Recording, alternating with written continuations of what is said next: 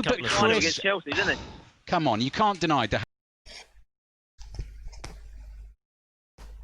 Итак, победоносное путешествие продолжается. Но это не совсем путешествие. То есть, конечно, путешествие, но это как бы получается путешествие по работе. Потому что это симулятор дальнобойщика, и тут, блин, никаких путешествий ради развлечений. Тут только работа, работа, еще раз работа и расширение такого своеобразного виртуального бизнеса. Как вы можете видеть, ну, это было еще на прошлом стриме, у меня теперь нормальная машина. Нормальная, американская, из всех самых каких только возможно американских. Самый великий Петербилд. И я тут расширялся, покупал гараж, нанимал персонал и кое-что делал с тягачами и чуть-чуть немного залез в минус, и банк меня сразу же завалил своими письмами, что, мол, а-та-та, как нехорошо. Мы вам, типа, продлили кредит, но вы немедленно там должны, блин. Вы понимаете. Короче, дай бабки сейчас же, а то коллекторов позовем. Ну что, собственно, я и собираюсь скоро делать. Я имею в виду не коллекторов звать, а... в смысле ждать, а бабло зарабатывать. Виртуальное пока что, правда. Ну вот и ладно, это дело 10-е. Ну я, собственно, в город въехал, надо вот туда... Надо мне туда или не надо. Прокачусь оттуда. Не критично, конечно, сейчас в минусе. Я думаю, мне персонал сейчас заработает денег, скорее всего. Сами понимаете, на них полагаться. Если что-то хочешь сделать хорошо, как говорится, делай это сам. Просто тут два близко стоящих города, я их хотел открыть. Ну ладно, блин. То есть вы хотите сказать, что вот я рядом проехал, оно не открылось? Подожди, нафига я назад-то еду? Может быть, вот так вот как-нибудь.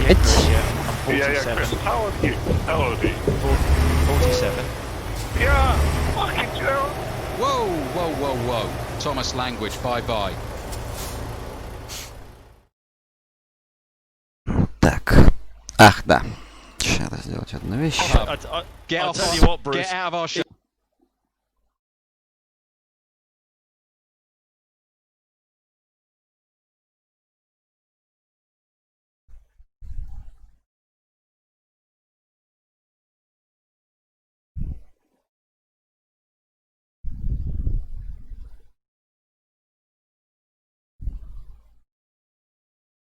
Так. Необходимые манипуляции проделаны.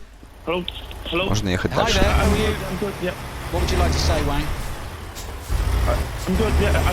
I'm really excited to be on the show, and I just want to say, I'm also a Fulham fan for the past and the next few days because you know Cardiff and Brentford. Yeah, Swansea knocked out by Brentford. I saw that game. Brentford were good. What about Swansea, Wang? You're a Swansea fan. Начинаем мы сегодня, кстати говоря, в штате Вашингтон. Возможно, мы тут и продолжим, и тут же и закончим. Хотя, кто знает, кто знает. Where are you calling from, Wang? Вечно зеленый штат. Wow. Только у этого монстра теперь такая крыша, что она мне весь обзор загораживает, если я еду без груза и с видом от третьего лица. Черт возьми, как же красиво. Прямо дальше ехать даже не хочется. Да. Красота, красота. Так, а вот рядом Did you watch the? Вот Did you get up Омак. early to watch the cup final? Arsenal Были бы Chelsea? сейчас какие-нибудь грузы в Омак. Right, 2 hours. Мы вот туда. Потому что открывать его я буду в любом случае, даже если тут никаких заказов туда не будет. Я просто, черт возьми, туда приеду. И открою его, блин. А то я уже, черт не знает сколько времени, как бывает так, приедешь в город, рядом куча неоткрытых городов. Куча неоткрытых, и все. Начинается. Меня гонят куда-то черти куда, где я уже был до этого, а эти никак открыть не могу, поэтому я сейчас хочу открыть все эти города, даже если мне придется переть туда без груза. Хочу тупо их открыть. Так.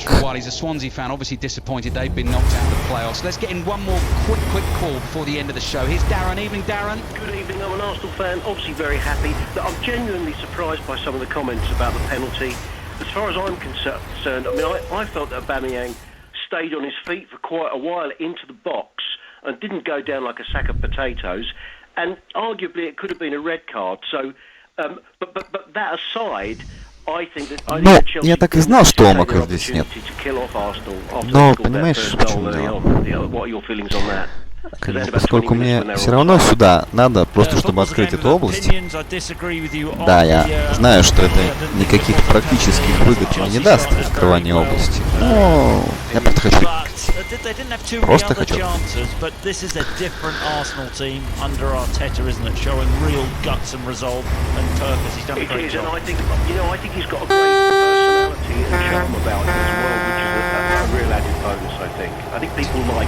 Do you think you'll go on to be better than Fergie, Darren?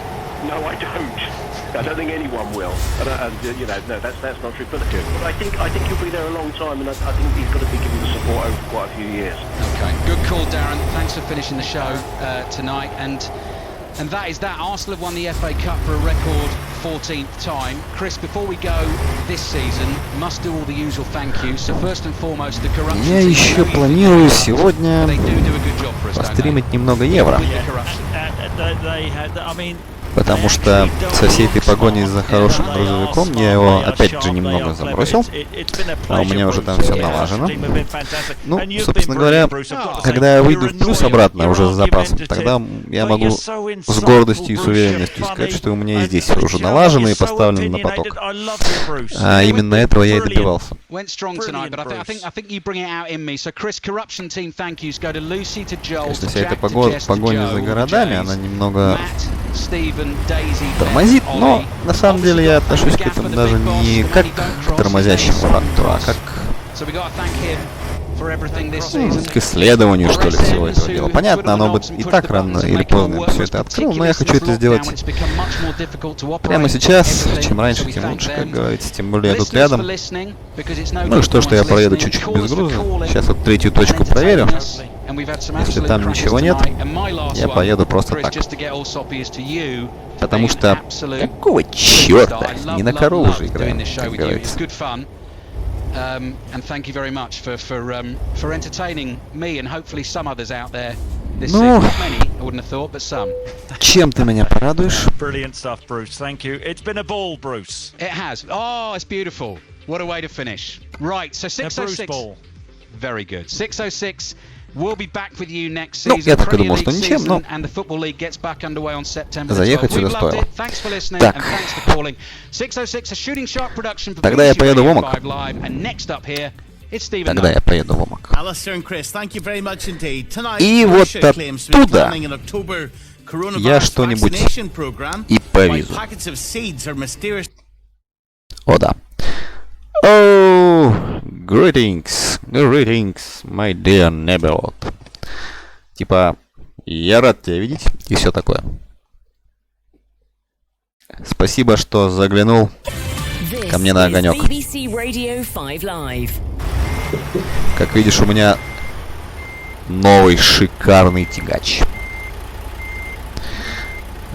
новый шикарный американский тягач. This is Erica Fisher. There's a warning that pubs or other public venues in England may have to close for a second time in the autumn to allow schools to reopen. Наконец-то я смогу нормальные тяжелые грузы возить. Это меня очень радует. Нет, ну какая же все-таки красота! Как красиво!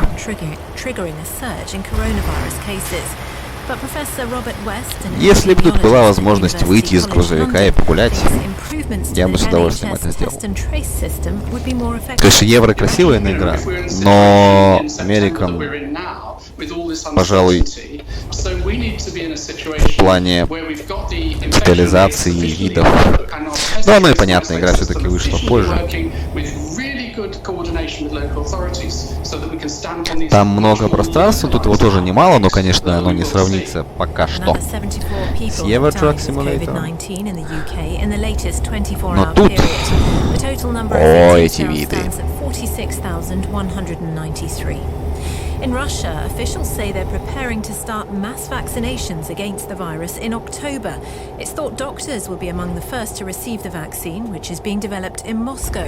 But some experts are concerned about how quickly it's being rushed through. The Russian Health Minister, Mikhail Murashko, has been speaking to reporters. After the registration certificate is issued, the vaccine Можешь, мужик, не переводить.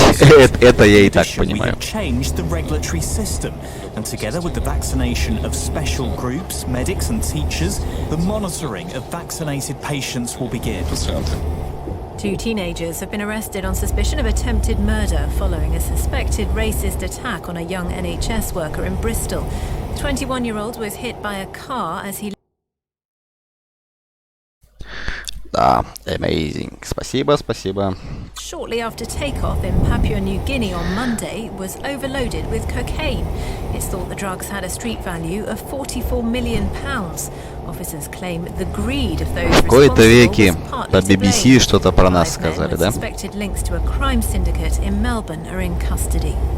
Football and Arsenal have won their 14th FA Cup, securing their place in the Europa League next season. They beat Chelsea 2-1 in tonight's final at a near-empty Wembley Stadium. The Arsenal centre-back, Rob Holding, says it was good to know the team was being cheered on from home. И кабина тут более удобная, чем у того ржавого ведра, который у меня был до этого. Красота! Красота-то какая! Ляпота! Setting a new lap record at Silverstone in the process. The British driver will start ahead of his Mercedes teammate, Valtteri Bottas. BBC News, it's 9:03. BBC Sounds. Download the free BBC Sounds app and discover the best of Five Line podcasts. Hiya, I'm Melissa. Hi, I'm Jade. And Hooked is back. Hooked is the podcast where we talk honestly about addiction and recovery. We want to bring addiction out of the shadows. Что ж, погнали. Кстати говоря, на этом монстре я могу разгоняться до 140 км в час, а на том мог только 120. Это, конечно, не гонки, понятное дело, но это радует, когда можно так. Без груза, я имею в виду, конечно же, я на такую скорость разгоняюсь. Короче говоря, погнали со страшной силой. I work in the leisure industry, and obviously that has only been open for just over a week anyway, so taking precautions there is really important. Well, I haven't made any plans to go back yet. I just find the thought of going back to a busy dispensary where social distancing is very, very difficult. I just find it terrifying. The first thing which I've already actually purchased is a badge that just says I'm at high risk, please keep your distance, because for people like us, you know, it's the 1st of August today and we're just coming out of shielding. It's a massive thing for us. That's Nicole and Michael. How has your first day out of screening been for you or your loved ones? Also tonight, has the Prime Minister's call to lose weight inspired you to drop a few pounds? I've always wanted to lose weight. Как плавно она идет. Замечательно. Struggle with my weight, go up and down, but since I recovered from coronavirus, I've been steadily building up my fitness. I don't want to make any excessive как говорил I've only Карпман. really just started concentrating on but I'm at least a stone down. I'm more than a stone down. But when I went into ICU, when I was really ill, I was way overweight. Well, that's Boris Johnson, obviously. His serious brush with COVID-19 has seen him throw his dropping weight behind a fresh obesity strategy. Are you on a mission to lose 5 pounds? А еще я тут ради эксперимента пересадил самого продвинутого из своих дальнобойщиков на мощный хороший тягач, на который я потратил много денег. Просто ради эксперимента. Так-то они у меня все на ржавых ведрах ездят, но вот мне вот интересно, этот чувак больше будет мне денег приносить или нет? Вот и проверим на практике. В конце концов, я так полагаю, что когда у меня тут во всех штатах будет куплено, а оно будет скоро непременно, потому что тут на самом-то деле пока что очень мало штатов. Мужик, да, я... ну понятно. Ну, сейчас я ничего не везу, поэтому могу сделать так.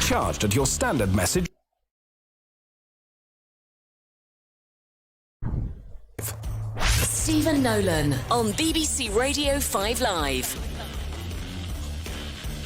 Good evening. 2.2 million of the most clinically vulnerable people who have been shielding themselves from coronavirus since March are now finally able to leave their homes. Despite the mandatory new restrictions for large parts of Northern England, shielding has been paused in England, Scotland and Northern Ireland.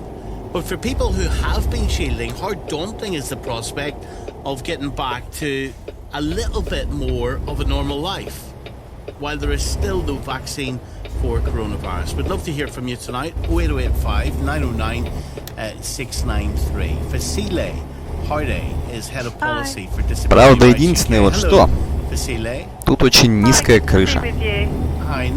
Крыша низкая, так там еще и козырек для нее продавался, самый дорогой и самый низкий, так можно было вообще как в танке, короче, знаешь, делать, чтобы вообще ничего не видно не было.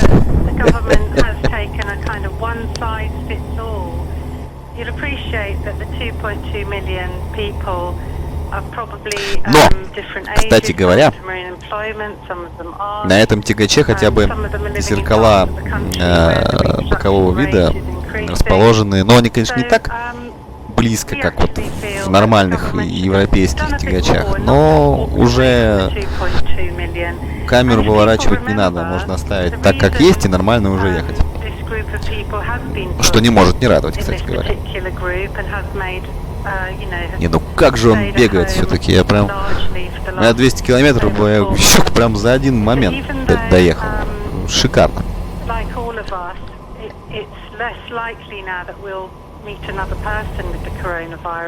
Какие там легковушки нафиг, сейчас я всех обгоню, к чертовой матери. Я вам устрою тут гонки.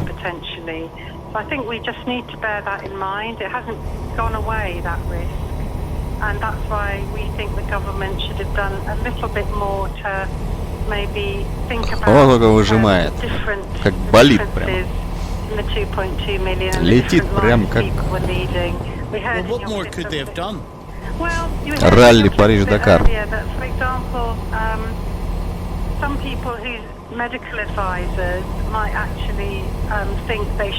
Правильно, накиньте мне опыта, да побольше.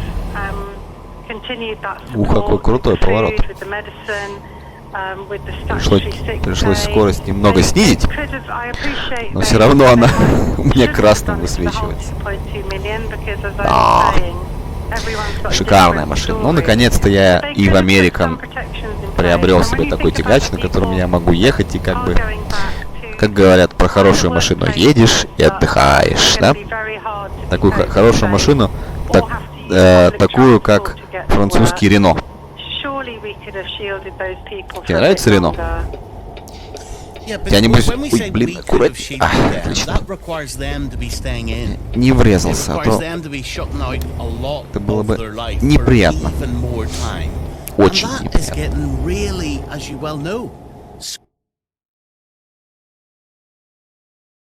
Так вот, продолжим. And I do agree that it's not for the government any longer to say you must stay at home. I do think it's a decision for those people to take. But where Я говорю, продолжим. Вы тут стоите как. Is support. Ну-ка. You know that where that decision is difficult for them to take, i.e. they can't go back to the workplace, or they're not telling them that they need to stay as safe as they can be. Да, это работает. That we could have, as a society, through government, given them a little more support and protection. Блин, я пока не привыкну к высокой крыше. Она, зараза, слишком высокая. Я хвалил здесь камеру. Добро пожаловать в Омак. Замечательно. И я получил ачиву «Вечно зеленый штат». Отлично, открыл все города в Вашингтоне. Это прекрасно. Это очень, очень хорошо.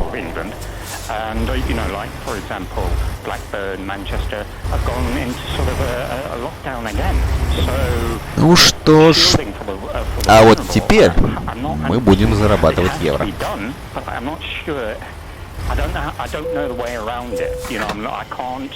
I can't sort of say everybody should stay in or everybody shouldn't, you know, do what you want type of thing. Because shielding, I mean, everybody's got their own health issues. For me, for example, I haven't got a spleen. So my body can't fight infections. So should I be going out? I don't know. Так, ну что ж. Question to answer. Перед путешествием надо обязательно сделать контрольное сохранение. From any virtually since shielding started, got the letters from the government, but we haven't heard anything since. So I don't know. Ну что ж, как говорится, get to work. I haven't been out today is the short answer, and I don't know when I'll be going out again. So I can't understand why you won't have heard Только from your вот doctor. проверю сначала наших мужичков и девушек. У меня теперь девушка появилась. Так. I don't think I'm the only one, to be honest. I think there's other Ах, ты people прокачала уже. Молодец, молодец. Качай срочные заказы. Ты у нас дальний дистанции молодец, ты тоже молодец, и ты у нас вообще красавчик. Будённый рулит неимоверно. Oh, you've already, you know, you're aware of the situation in the northwest. Так, so I think you just need as much information as you can to keep yourself safe and to take your own decision, because that's what the government's saying now. It's saying that we're not making the decision for the 2.2 million. We need them to make it for themselves. But, you know, I agree with Stephen that, you know, without you talking to your own medical advice, it's very hard for you to weigh up the risk. Безобразие. I agree. Безобразие. You know, if let's say Liverpool, for example, because I'm in the Liverpool area, слишком далеко и слишком мало даете денег. Does that mean I should be sheltering, or do I have to phone the doctor every time something happens in the area? You know, it's not being clear. You know that. If, in my case, where I don't have a spleen, am I safe to go out or not? And that's what I need to know. And I think a lot of people need to know that. What about in normal times, Andy, outside of this Ну, так и быть. if your body finds it difficult to fight infection? You know, what do Так и you do in быть, normal отвезу times? вот это. How vulnerable are Потому you? что мне срочно нужны деньги. Antibiotics twice a day for the rest of my life. Переть And I've в also Калифорнию health issues as well. I'm a permanent wheelchair user. за гроши я не собираюсь. Made it even harder. You know, to do day-to-day things because I haven't been able to. Где-то я брал тут заказ. Он был, правда, на 2000 километров, но мне заплатили 100 тысяч баксов за это. Вот что-нибудь подобное мне надо. Have you been out much since March, Andy? Excuse me? Have you been out much since March? No, I go maybe once or twice a week to our local shop if I desperately need something. Because I don't want to put people at risk. I live in a place where it's people over 55, and I don't want to put them at risk, and you know, for them to get ill. So I've got to be responsible as well. What's been the impact on your mental health? not out for, what's that, March, April, Так, May, не вырезайтесь меня. Нормально. July and August now, 5 months. Там уже был не красный. Я хотел проехать на красный, но пока я подъехал, он сменился на зеленый. Замечательно, потому что мне сейчас ни к чему аварий, и так денег мало. People come around to your home and that type of thing. Those type of things were tough because I felt we were left behind. We were hardly even mentioned in any of the government briefings when all this was happening. You know, so it has had its moments where you think, you know, I also want to go somewhere. Or, you know, when the pubs first opened, I wanted to go to a pub for a pint to celebrate, but I knew I couldn't. So it's been things like that been very, very difficult. For example, you need, let's say, 6 eggs or something like that. You know, you can't just ask somebody to go and get you 6 eggs. You know, you don't want to put people out of their way for 6 eggs or a pint of milk or something like that. So those type of things have been really, really difficult to cope with.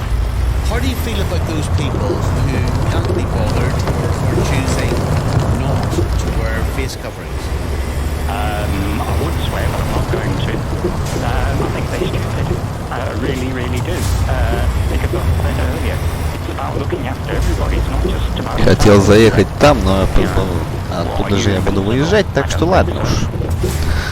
Все равно хочу открыть эту штуку.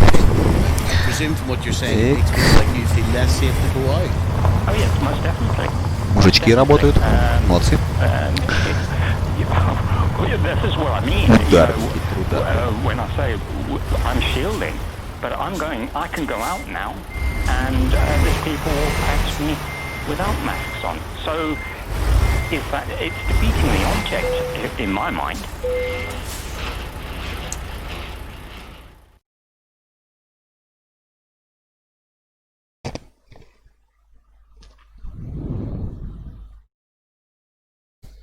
Я уже в гордом одиночестве. Ну все, можно тогда не распинаться. А то что-то болтовня.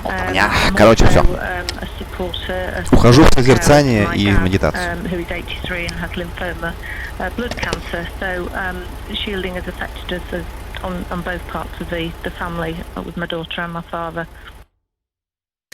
So is today a big day? Is today a day to celebrate, or are you frightened? No. We actually, because Amy can't take these decisions for herself, obviously she needs us as parents to do that for her, we decided that the negative impact on her mental health was too great for us to consider shielding as strictly as we were doing. So since the end of June, we've allowed her a little bit more freedom in terms of she does go out in open spaces with a mask on, and we have had people come to visit in our garden, social distancing. So in terms of her, we're just gently trying to integrate her a little bit, which is risky, but we think it's important because she has no contact through day service and respite care, which has now ended completely. My dad, I visited him this afternoon, left his shopping on the doorstep, spoke through the window. He's not been out of his garden. He does not intend to make any changes whatsoever because he's actually right on the top of the high-risk list. Interestingly, from what the other two speakers were saying, neither ourselves nor my dad have either had a letter from the government to say they should be shielding, nor have they had any contact from medical doctors, experts, anybody to give any advice as to whether we should continue. It's been a complete lack of communication. Fazile, just before I turn to you on that, I see that Eddie Howe, manager of Bournemouth, is leaving the club by mutual consent after their relegation from the Premier League. We'll have more in sport at past. Fazile, back to what Kate has said, and our caller before, Kate, as well. It just doesn't seem acceptable. It shouldn't be acceptable, should it? That here are these people and they're receiving very little information as to what they should do going forward now. And we know they're the most vulnerable.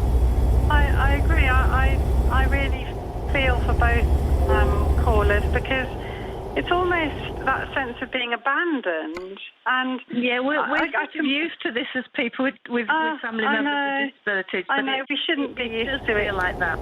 We shouldn't be used to it, should we? Because I completely get that central government might not have a role, but actually, what about the GP? What about the local authority? What about support services, schools, social care?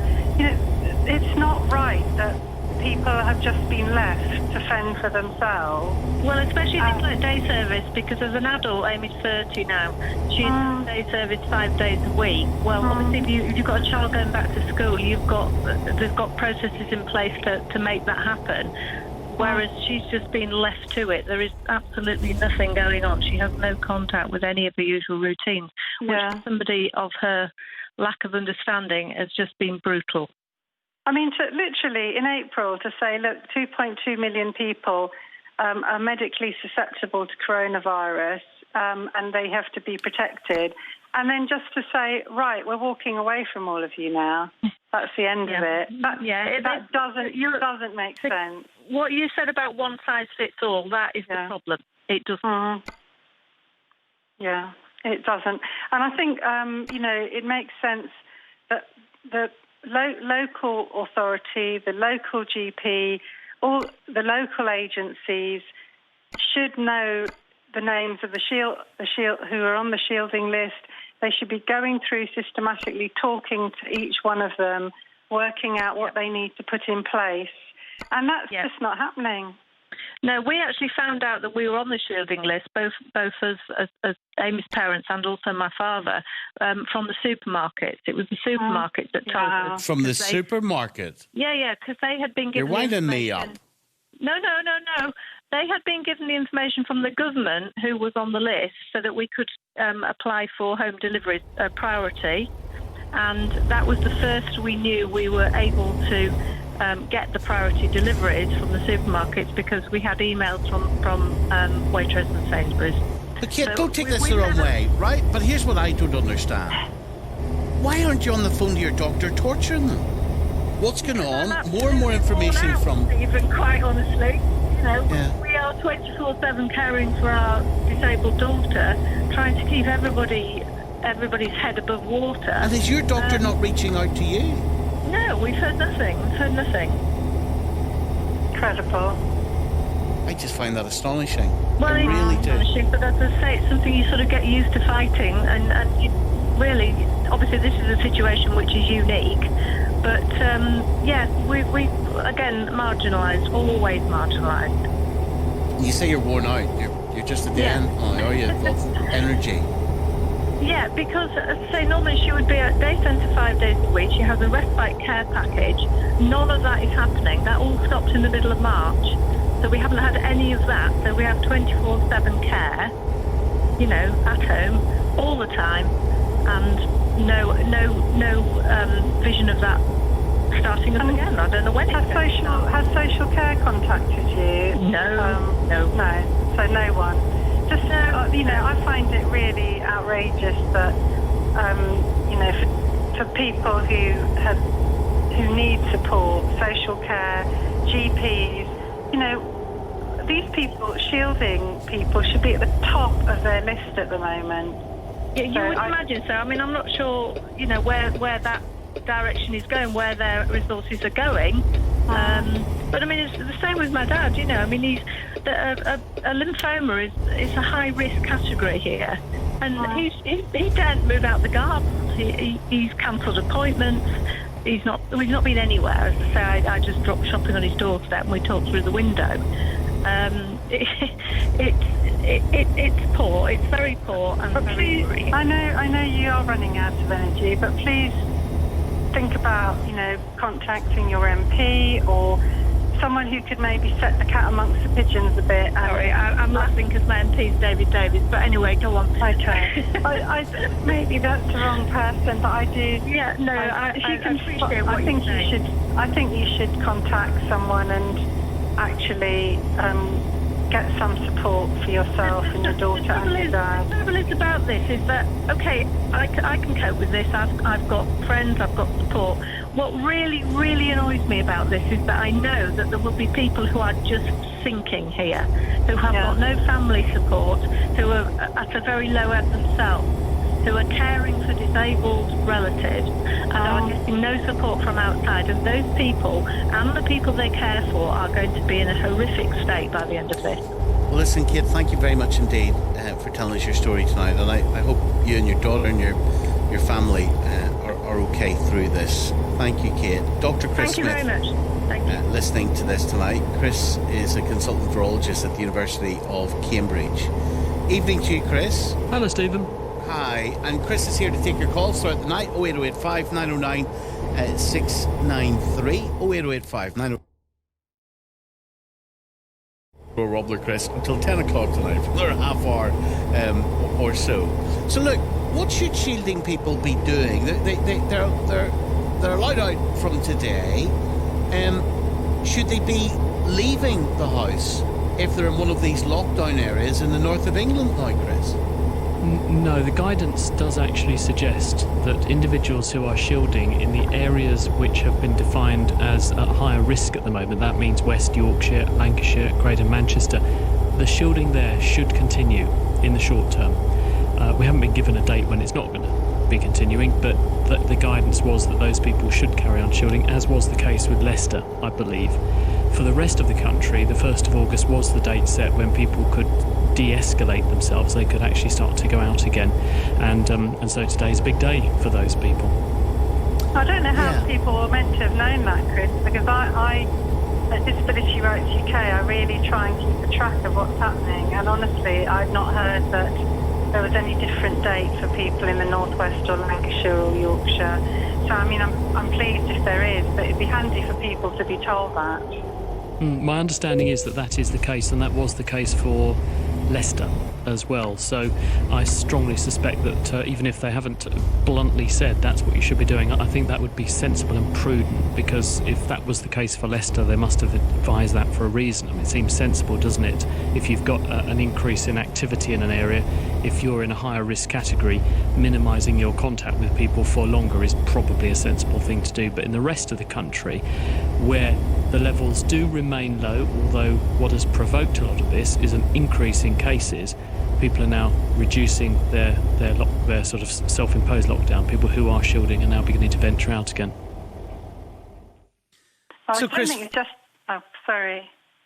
Chris, I was just going to say, it's not enough to be told that you can carry on shielding if the government support around food and medicine and statutory sick pay isn't in place. So, I hope all those things.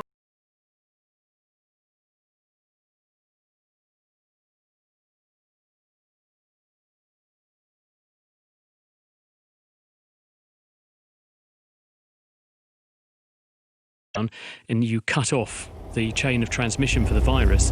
As soon as you ease those restrictions, you are going to have more contact between people, and that's going to offer the virus more routes through which it can transmit through the population, and therefore you would expect to see more cases. And this is exactly the same as in other countries. They're seeing this happening as well. And what the difference is between now and what happened in March is that we are beginning to anticipate where this is going to happen and trying to put in local strategies. Now, that obviously needs to be supported by other mechanisms that mean people can continue with their lives, exactly as you're saying. So I hope there are strategies in place to make sure that people who find themselves in the midst of this do get the right sorts of support, because that's important, as well as stopping the virus spreading. Obviously, making sure people remain well and able to cope is important too.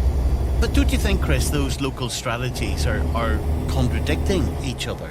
If we look at the north of England, where people are being told they're banned now from going into someone else's household, they can go into their place of work. They can get on the bus or the tube, the tram, taxis. Is there not a contradiction in this? Yeah, I can see why people might say that, but I think the rationale behind this is that if you ask the question, well, where do the majority of the transmissions occur? If we follow through a transmission event and then a set of cases, where do they all occur? And they tend to occur in family clusters, household contacts. Most of the transmission events occur amongst household contacts, 80 or 90%. So that's why I think that these interventions have been worded and set up the way they have. For instance, some people are saying, well, why is it that I can't get together a couple of families under one roof, but we could go to the pub? Well, you could go to the pub as a household unit and sit outside in the fresh air, where the risk of transmitting the virus is very low anyway, and you're not really at any greater risk than you would be if you stayed at home and cracked into a bottle of beer. But if you were to go into the pub and lurk around it inside the pub indoors, propping up the bar, which you're not allowed to do at the moment, that would be high risk. That's the same as if you were to have somebody to come over and hover around in your living room from a different household unit. So I think the strategy is that because they've seen an uptick in cases, and because we anticipate that that's going to be because of people getting together indoors, at the moment a sensible way to try and blunt this is to not necessarily row back immediately on some of the freedoms that have been opened up, but to prevent any further transmission events within the household unit, which is why they're doing what they're doing. You can go into pubs, Chris. Different family groups can't mix with each other. The service is at tables, table service, and it's sit down. But you can't lurk in the bar and stand there shoulder to shoulder with somebody. But if you're around someone's house, we all know, right, that when you go around someone's house, some people don't have the ability to have a household gathering and have 2 meters between everybody because, you know, some people live in a one-bedroom flat. And it's just not feasible. So therefore, the best intervention is the simplest one, and the simplest one is to ask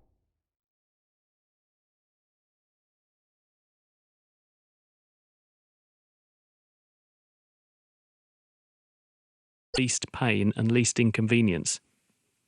Chris, I know you're going to stay with us for another half hour or so. Fazile, you're leaving us now. Thank you very much for spending some time with us this evening, Fazile. 085 909 693 if you want to pick up the phone to us tonight. We're talking about the millions of people who have been told from today that they can relax their shielding. Would you be frightened of doing so? How do you now feel about those people who you see in your towns and cities who know that shielders are being encouraged to leave their home from today, and yet people are not wearing face coverings? How do you feel about those people? 08085 909 693. Let's get the news at 9:32. On digital, BBC Sounds, smart speaker and online. This is BBC Radio 5 Live. The 5 Live News, I'm Delith Lloyd. Good evening. One of the government's scientific advisors thinks pubs in England may need to close so schools can reopen in September. Professor Graham Medley says there may need to be a trade-off because reopening schools is seen as a priority for children's well-being. A mass vaccination programme against COVID-19 is to start in Russia in October. It's thought doctors will be among the first to receive the vaccine, which is being developed in Moscow. There are concerns about how quickly the jab is being developed. 2 teenagers have been arrested on suspicion of attempted murder after a suspected racist attack on an NHS worker in Bristol. The 21-year-old was hit by a car as he left Southmead Hospital in the city last week. And the US General Manager of TikTok says the video sharing app is here for the long run after President Trump said he'd ban it in the States. He's concerned the app can be used to collect Americans' personal data. TikTok denies any Chinese control. Now the sport, and Arsenal's star man was their FA Cup hero. Aubameyang still going in the penalty area. Oh, what a brilliant goal from Aubameyang. That was superb from Aubameyang. The impudent chip over Caballero, and then the acrobatic goal celebration. And Aubameyang at the double as Arsenal have come from behind. Yes, a penalty and a terrific solo goal from Pierre-Emerick Aubameyang saw Arsenal come from a goal down to beat 10-man Chelsea 2-1 and win a 14th FA Cup trophy. Christian Pulisic had given Chelsea an early lead before Mateo Kovacic was sent off late on. Arsenal boss Mikel Arteta says going behind early actually helped them. Probably was a good thing. They reacted straight away. I think they played the best 35 or 40 minutes that we played. Afterward, we were so aggressive on our high press. We were so dominant with the ball. We created chances, scored a goal. Another one disallowed. And to play against this team, this is one of the best teams now in Europe, in my opinion. They've been in an incredible run, and we control them really well. Some breaking news this hour. Eddie Howe has left Bournemouth by mutual consent. It comes after the club were relegated from the Premier League last week. This was Howe speaking on Sunday. It's just a very very sad, painful feeling that's sort of in the heart. It's very difficult when you feel like you've let people down. I need to sit down with people at Bournemouth and have a conversation and see what we're going to do next. Well, in an open letter to fans this evening, House says it's one of the hardest decisions I've had to make. Rangers kicked off the new Scottish Premiership season with a 1-0 win at Aberdeen. Hibernian beat Kilmarnock 2-1. Dundee United drew 1-1 with St Johnstone, and St Mirren were 1-0 winners over Livingston. England beat Ireland by 4 wickets to win the second one-day international in Southampton. Johnny Bairstow hit 82 off 41 balls as England reached 216 for 6 in reply to Ireland's 212 for 9. Adil Rashid took 3 for 34 as he notched up 150 white ball wickets for England. Here's his captain Owen Morgan. He's probably the best leg spin bowler in the world in white ball cricket. We don't probably give him the recognition that he deserves, but full credit to him. He's not only rested on his laurels, he's come back with new tricks, different pace, different options, which gives obviously me as captain and the team wicket-taking opportunities throughout that 50 overs. Lewis Hamilton clocked the fastest lap ever recorded around Silverstone as he secured pole position for tomorrow's Grand Prix. His Mercedes teammate Valtteri Bottas will also start on the front row with Max Verstappen third on the grid. There'll be commentary from Silverstone tomorrow afternoon from 2 on 5 Live Sport. Mark Williams is currently 9-5 up on Alan McManus in the first round at the World Snooker Championship. There were wins earlier too for Ding Junhui and former champion Mark Bingham. Stan Meller, the first jump jockey to ride 1,000 winners, has died aged 83. The 3-time champion jockey was one of the few riders to triumph in a race against the legendary Arkle, guiding Stallbridge Colonists to victory in the 1966 Hennessy Gold Cup. And Jamie Murray and Heather Watson levelled the Battle of the Brits team event going into the final day after a thrilling win over the British Bulldogs pair Liam Brodie and Harriet Dart in the mixed doubles. That's the latest from BBC Sports. This is an important message for anyone who has a free over 75 TV licence. From the 1st of August, unless you receive pension credit, you will need to pay for your TV licence. But you don't need to do anything until TV licensing writes to you. Starting in August, they'll be sending letters about the different ways you can pay and how to apply for a free licence if you have pension credit. It's easy and you can do everything from home. If you've already applied for a free licence, you will be receiving it soon. For more information, go to tvl.co.uk/age. This is BBC Radio 5 Live, available on the BBC Sounds app with Stephen Nolan. Dr. Chris Smith is with us tonight, consultant virologist at the University of Cambridge. Chris, the data from across Europe is suggesting COVID is spreading fast among 18 to 35-year-olds. What's that about? Yeah, that's right. So in Ireland, are in people under the age of 45. In Sweden, another country that I've seen data for, the 20 to 29-year age group, there are more cases in that age range than there are in all the other age ranges put together. Obviously, it's just speculation because we don't know for a fact, but what this would suggest is that younger people are probably taking more risks than older people. They're probably socialising more, getting out and about more. As one person put it to me, they feel as though they've paid the same price everyone else has in terms of their freedoms, and they've been robbed of a summer, and in some respects they're making up for it. So those individuals what percentage are did you say in Ireland, Chris? The data for last week suggested that 60% of the declared cases were in the under 45s. Wow. And look, they've got a very small chance, relatively speaking, don't they, of ending up seriously ill from coronavirus, but they can pass it on to other age groups, including the vulnerable with underlying health conditions, just as much as anybody else, right? Yeah, this is the critical thing, that probably this reflects the fact that younger people have got a lower perceived risk and therefore they feel they can afford to take more chances. Older people have a higher risk and they're not taking as many chances, if any. Some people are being extremely careful and rigorous. And I think probably that does give the government some confidence about saying to people who have been shielding that they probably can go out and about with more comfort and confidence. And you might say, well, that sounds a little bit contradictory, but actually the current trends suggest that if you are observing social distancing and being careful, your rates are not increasing. And that would mean that if you do go out and about and you are careful, which older people appear to be being, then you're less likely to catch it. But your point stands that if we've got more people in society got the infection, and remember that perhaps half of the cases may have no symptoms whatsoever, they can still pass it on, and that therefore means the threat remains at large. And it's not 100% the case that if you're younger, you're going to get off scot-free, because some, a small number, but some of the people in younger age groups have had more severe manifestations with this. If the government did, and we heard in the news there, some calls for the government to close down pubs and restaurants. Ужасное место. Просто ужасное. Going back to school. What are your thoughts around that?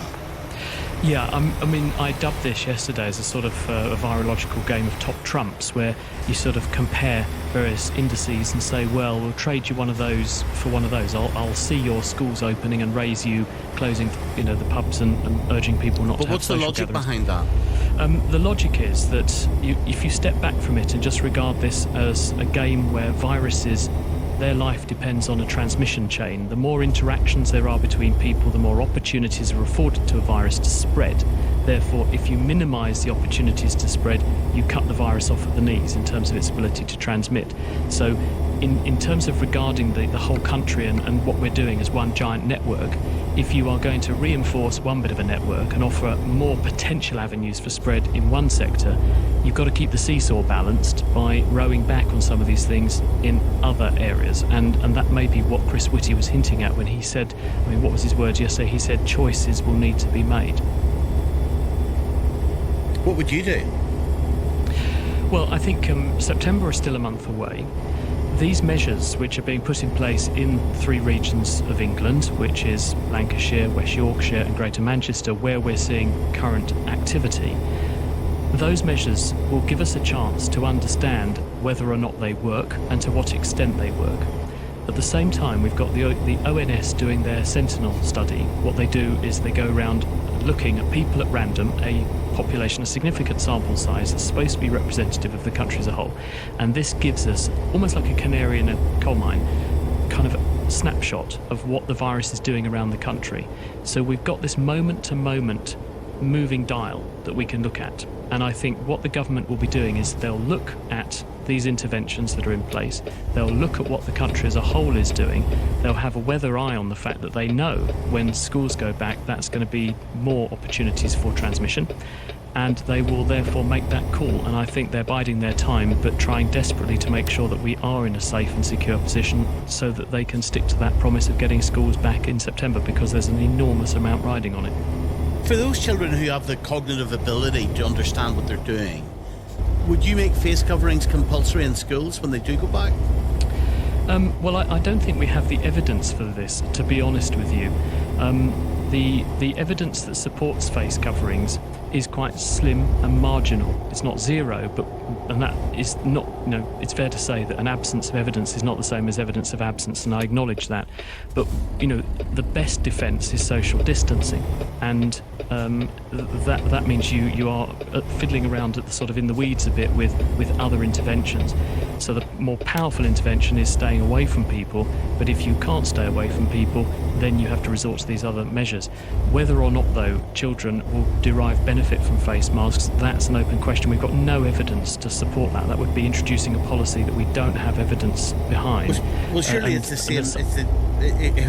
If we're asking adults to do it, which we are, why wouldn't we ask children to do it? There must be some evidence for the chief medical officers to be across the 4 nations to be encouraging us to wear these things. Yeah, there is evidence. It's quite slim evidence. It's not so profound as you'd say. It's not like if you've got someone dying of meningitis, there's no question you give them a dose of penicillin. It's not that kind of robust evidence that we have.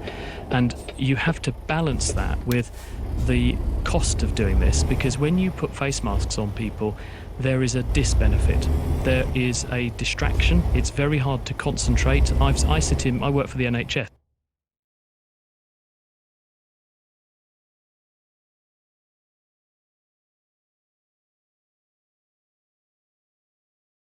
there's also a huge temptation. I've been watching my colleagues they fiddle with these face masks all the time because they're uncomfortable. They get sticky, sweaty. They stick to your nose, go up your nostrils, irritate you. Пока еще ничего не случилось.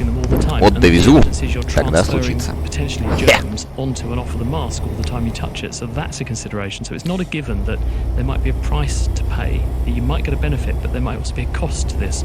So we need to think about this carefully. And if we're going to go down that road, make sure we design the intervention in a way that we can gather some data and then introduce these things on an evidence base. Because I don't have the data to hand, Chris, and I'll try to find it for later.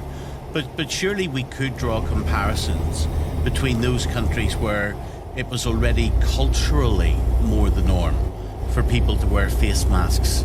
I'm thinking of places like Asia, etc., where we've seen people well before this pandemic wear those masks and see what benefits there has actually been in some of the data of the spread of coronavirus.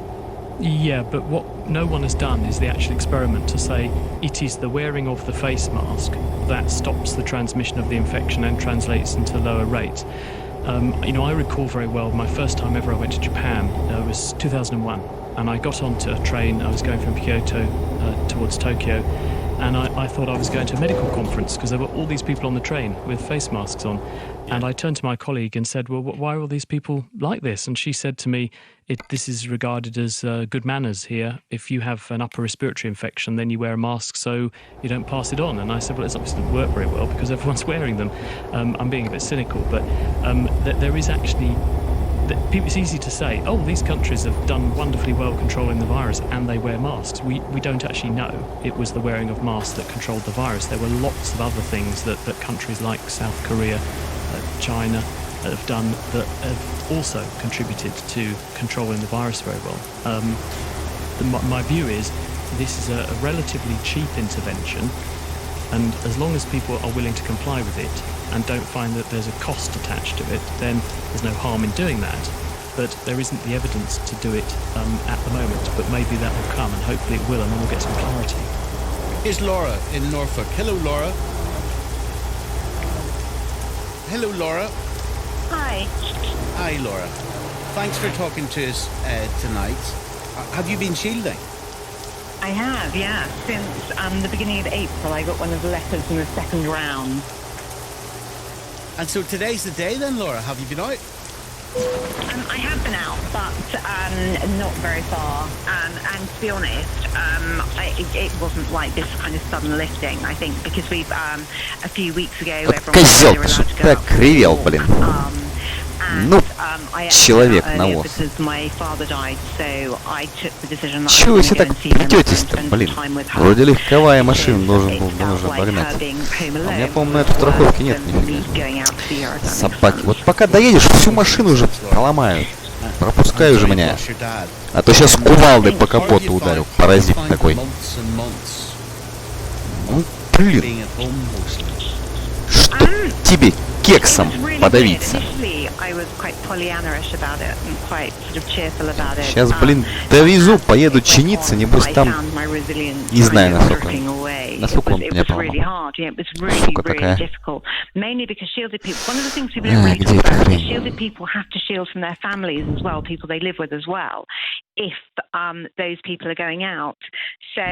Где-то я это смотрел. Смотрел. Ты забыл уже не смотреть эту хрень. For any extensive period of time. So it was really hard. It was a bit like kind of being in prison, weirdly, because зла на них не хватает. Вот состояние грузовика. We've got Dr. Chris Smith with us tonight. He's a virologist. Страхование. What questions would you have for Laura? Now that that the government is advising people who've been cheated. Она все-таки есть. А что тогда в прошлый раз платил полную стоимость? Ладно, когда доедем до сервиса, разберемся. Потому что я почти уже привез грустно. Здесь никакой больше человек на ВОЗ не въедет у меня. Никакая органика. И этот чертов груз нигде не застрянет, надеюсь.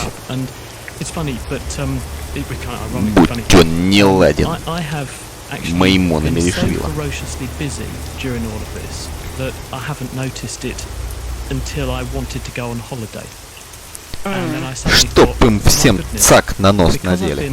Паразиты такие. Не умеют водить ни хрена. Правильно говорю? Не видит человек с тяжелым грузом едет. Сначала обгоняет, потом еще и...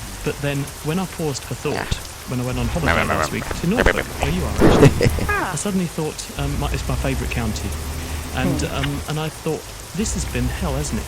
And it's Не люблю, some когда people have been всякое stuck дурачье indoors, and I really под feel ногами I've got крутится. 2 children, and their schooling has really suffered. Понапокупают все прав.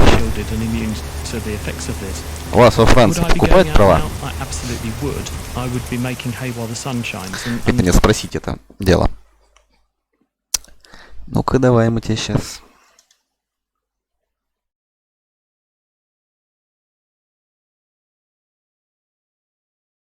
Так, 1 минуту.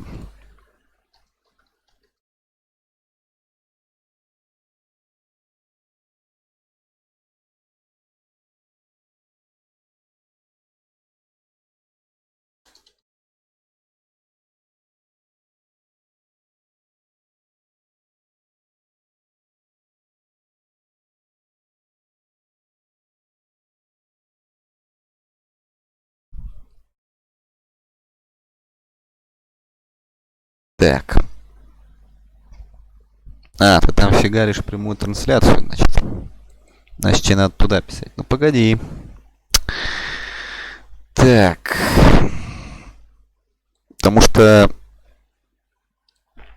как вы понимаете, меня очень волнует этот вопрос.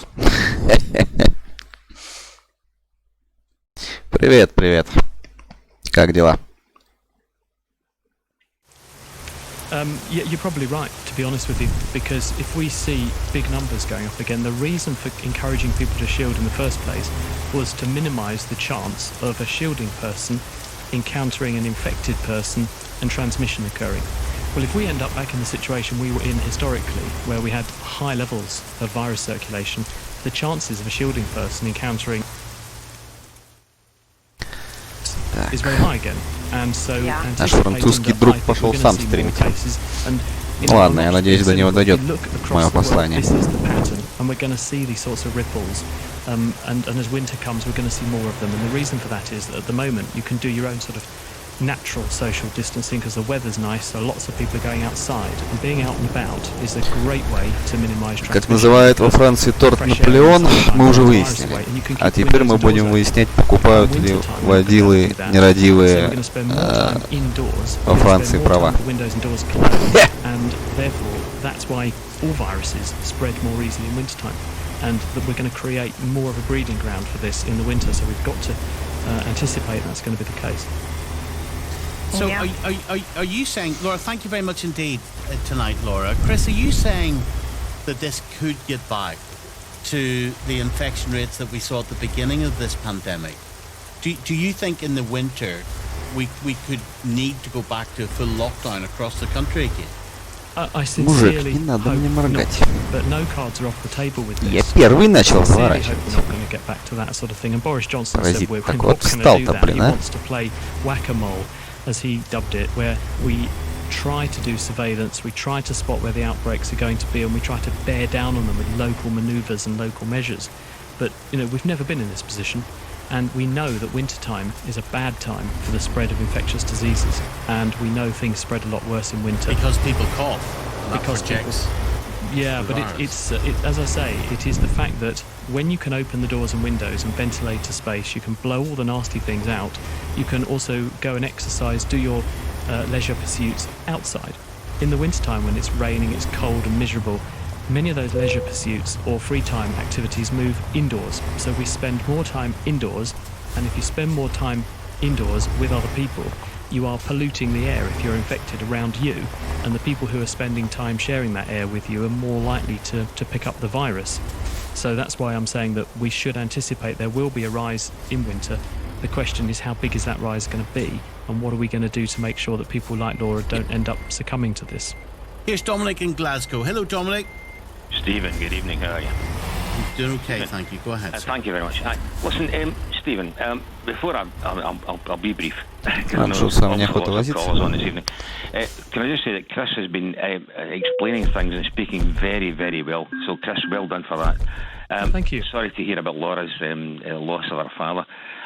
Listen, I'm phoning up from Glasgow. Now, as Nicola... с Неблордом, ну да.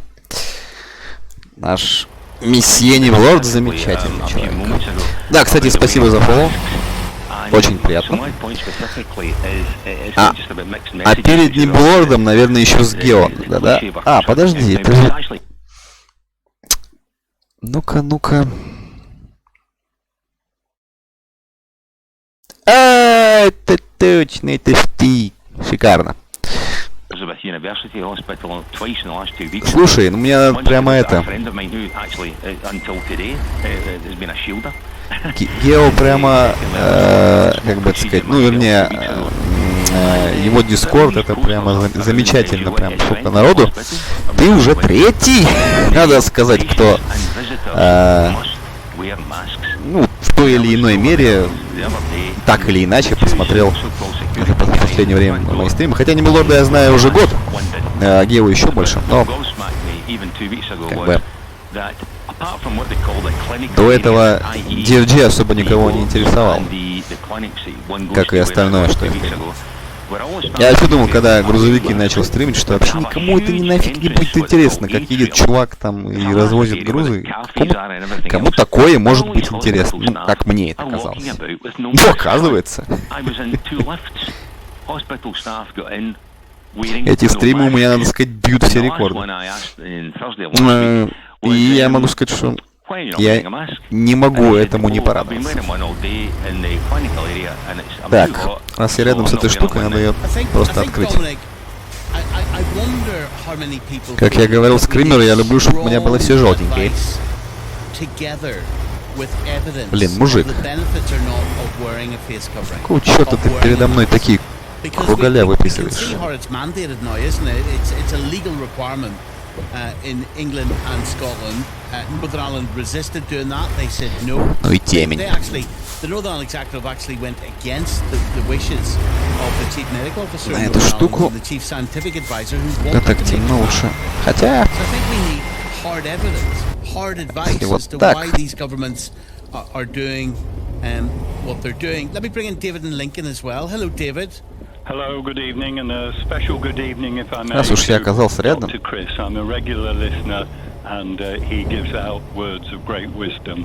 He's a popular man, Просто хочу David, это and все we have 3 открыть minutes так before the замечательно. news. So if you've got a question for him, fire to him now. Yes, I'm speaking from the heart, because when I Надо was съездить 22, его отремонтировать. talking about young people, possibly... Мы уже браться за дело.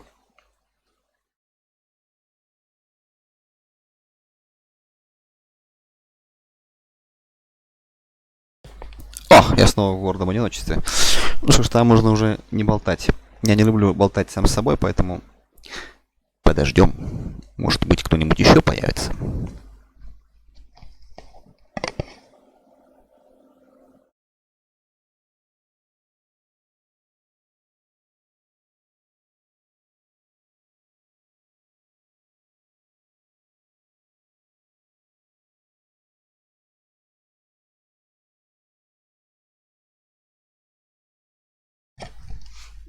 Так, небольшая пауза, и мы продолжим.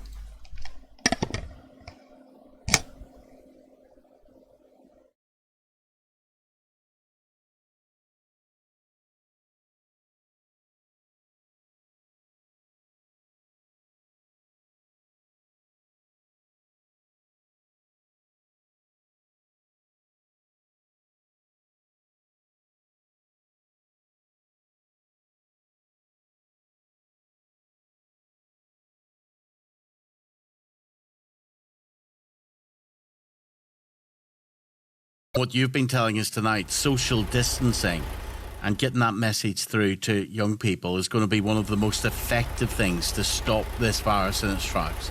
Yeah, That's absolutely right. The social distancing is the best weapon.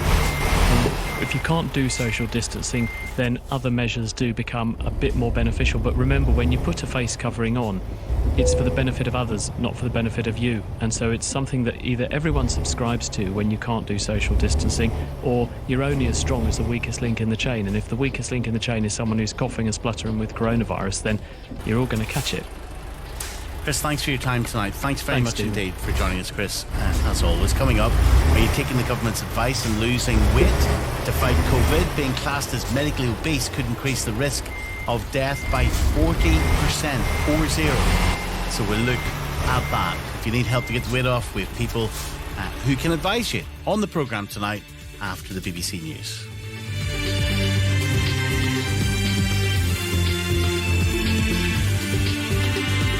On digital, BBC Sounds, smart speaker and online.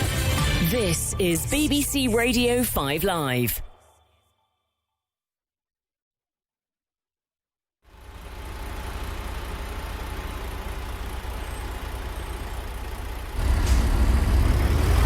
BBC News at 10 o'clock. This is Erica Fisher. 2 senior government scientific advisors have warned that difficult decisions might have to be taken this autumn to control coronavirus infections. Professor Graham Medley and Professor Callum Semple have raised the possibility that pubs and restaurants in England could be shut again in order to get children back to school. Professor Robert West, who's a member of the government's advisory group on behavioural science, believes England needs a reset on its pandemic strategy. We're just in a limbo situation now where we don't know what to do. It's like a roller coaster you just can't get off. It's upsetting, it's emotional. You save money, you invest a lot of things, a lot of time, and it's being in no man's land constantly and not knowing what to do, what to advise suppliers, what to advise guests. Apologies for that. Чёртова темень, ни хрена не видно. Какие уроды еще в бок врезаются. Вот это точно права купил. In many parts of the country, as we are doing, these more extreme lockdown conditions or restrictions, and this is the thing that's really hard for businesses. They either expecting to be able to open up and then they find they can't, or they've opened up.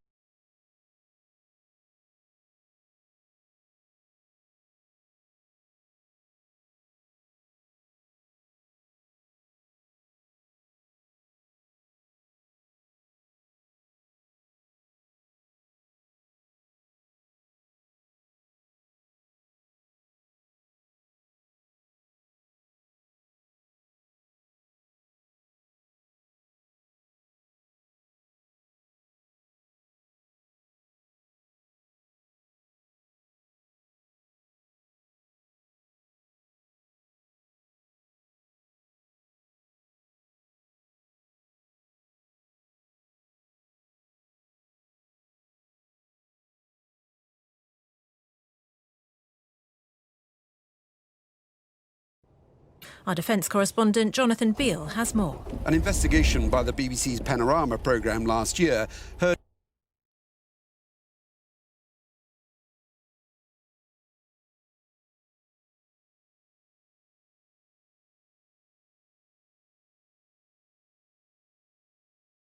concerns about the raid within the British military at the time. One email relays the anger of a senior Afghan officer who suggests 2 men were shot trying to run away and the other 2 were assassinated. The MOD insists all those killed were armed and that one was a known Taliban commander. Police searching for a missing 15-year-old boy at the Lakeside Retail Park at Thurrock in Essex say they found a body. His family has been told. Arsenal have won the FA Cup final for a record 14th time, beating Chelsea 2-1 at Wembley.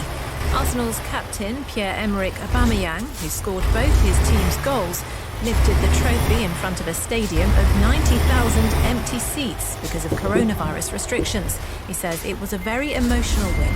We enjoyed today. We just enjoyed and we are all happy. As you see, Emmy's crying. That shows that he's really implicated in this game and in this trophy. So we are all happy. And the weather dry for much of the south and east tonight. There'll be showers or longer spells of rain in northern and western areas. BBC News, it's 3 minutes past 10. 5 Live Breakfast. More than 4 million people across northern England have been told to comply with new restrictions because of a rising number of coronavirus cases. Have your plans changed as a result of all of this? I'm sure many people's will have done. What does it mean for summer holidays? And this, Dave says, if these lockdown circumstances happen in September, what are the implications for schools? We've got Alan Shearer. How are you, Alan? How's your lockdown? I'm okay. How are you? Big news, this Saudi Arabian-backed consortium will not be buying your former club, Newcastle United. Big news, but not good news for Newcastle fans. Hugely frustrating. They want their club to compete. They want their club to move forward. 5 Live Breakfast. Weekday mornings from 6. Stephen Nolan on BBC Radio 5 Live. So far tonight we've been talking to people who've been shielding in their homes because of COVID and are now able to go outside again. But many are feeling apprehensive. My dad, he daren't move out the garden. He's cancelled appointments. I just dropped shopping on his doorstep and we talked through the window. It's poor. What really, really annoys me about this is that I know that there will be people who are just sinking here. I'm a little bit worried. I mean, everybody's got their own health issues. For me, for example, I haven't got a spleen, so my body can't fight infections. So should I be going out? I don't know. It's a very, very difficult question to answer. As it went on, I found my resilience.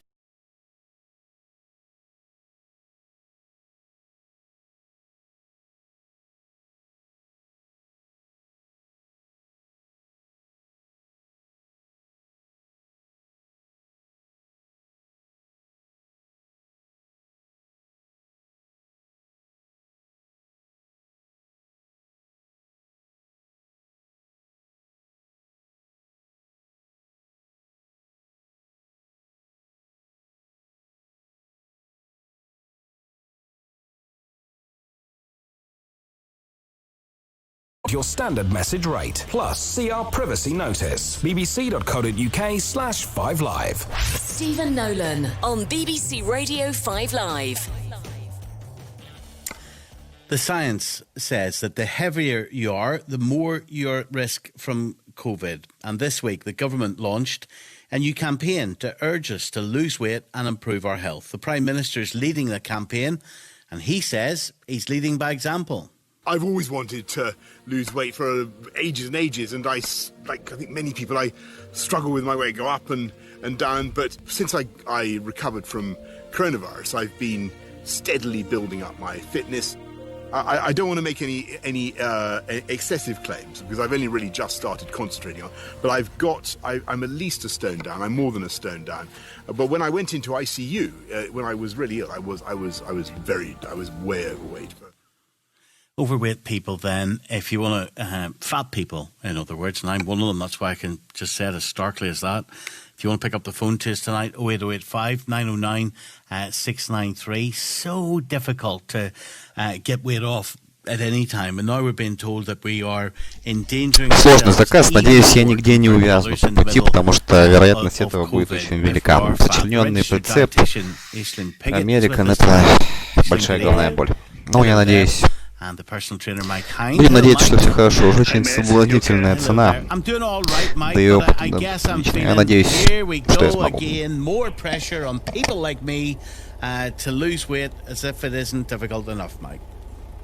We had this conversation about a year ago, if I remember rightly. Yeah, and here we are again. And within that last year, I've lost 6.5 stone and put on 6.5 stone. You got me all excited for a split second. I was just about to shout down the phone, well done. Well, you can shout down the phone, well done, for getting it off, and then scream at me for putting it on again. I'm really frustrated, but listen, for once in my life, I'll say, this ain't about me. But look, Mike, it is so difficult to get weight off. What mindset should people be taking if they're thinking to themselves, right, no better excuse to lose weight than save our lives in the middle of a pandemic or help protect our lives?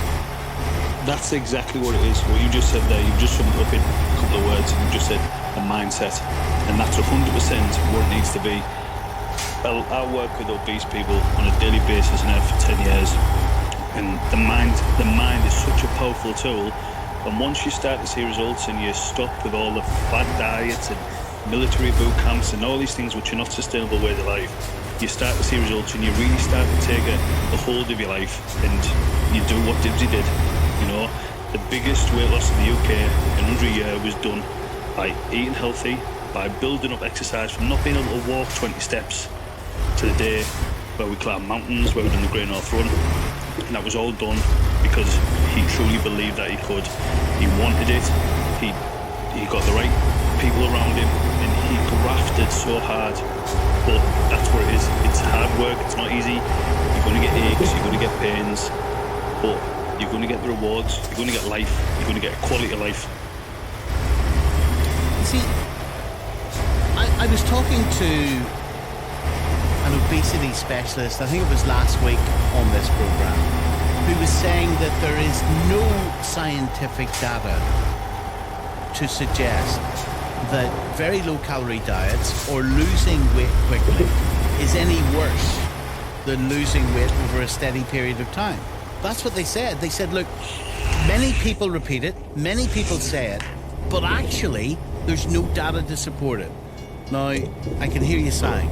Yeah, you can, because I'll give you the data that people who restrict their body of calories, I'm sure I won't be the only one to say this tonight, but you restrict your body of calories and you don't give it what it needs, it won't be able to function. And it's as simple as that. And the minute that you start craving and you then turn to the cupboard and what you think, do you know what, I'm going to go down these 1,000-calorie diet. Yes, you will lose weight because you're not eating anything, but how long is that sustainable for? And I've never met anybody in all my years who said I'm going to restrict my body below my base metabolic rate for a long period of time and expect my body to function. And I work with professional footballers, boxers, people who are paid 30 and 40, 50,000 pound a week.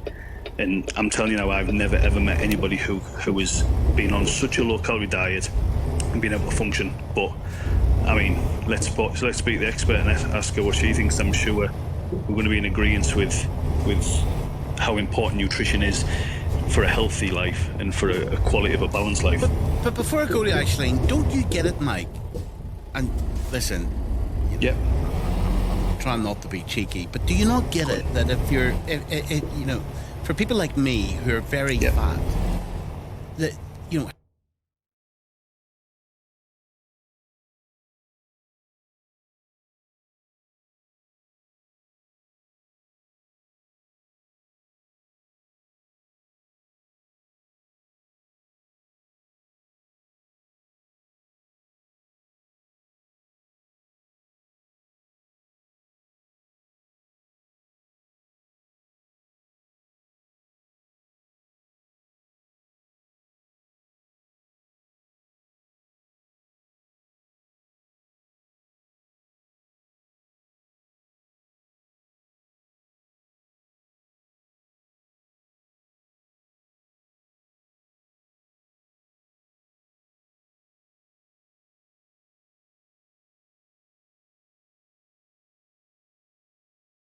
gradually reduced it as his weight reduced. We upped his intensity of his workouts, and I'm just giving you one example now. With 3 clients last year, I think we lost 60 stone with 3 clients alone, and that in itself is massive.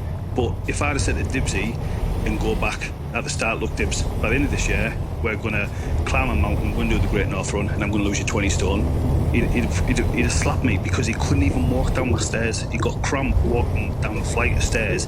He couldn't fit in the boot of his car. He got cramp in his hamstring. The first time I met him, I had to pick his leg up, and I'm telling you, it was like picking up an elephant. And I remember thinking to myself, oh my God, what have I just said I'm going to do?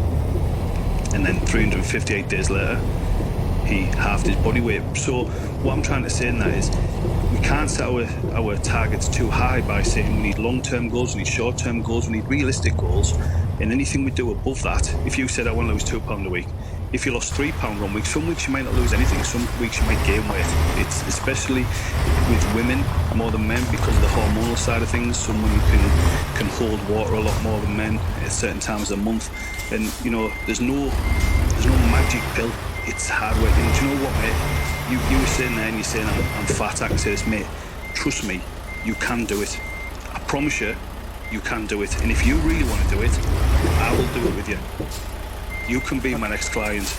Well, that's very if you want to do it. I do want to do it. There's a problem. I live in Belfast. It doesn't matter. Doesn't make no difference. Doesn't make no difference to me. Your food will be delivered to your door. You will follow the plan. If you really want to do it, your listeners are listening. You've got no excuse now.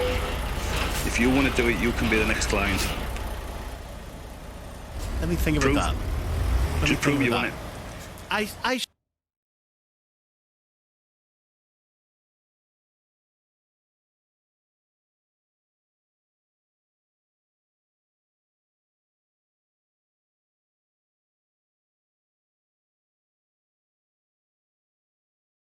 It will. Okay. Aisling, what's your view on keto diets? In other words, cutting out the carbs. I guess the main message I would say to people is the best diet is the diet that will work for you and will last for you and is maintainable. Now, if we were to get into a debate about keto, carbs, fat, we could be talking for hours and hours and hours. But I think the most important thing to think about is some of the points you raised quite early on in your discussions with Mike, which were about the stigma that's being raised around obesity, and people living with obesity now have another stick to beat themselves with. And I'm sure you'll recognise this, Stephen, that you don't need another stick to beat yourself with.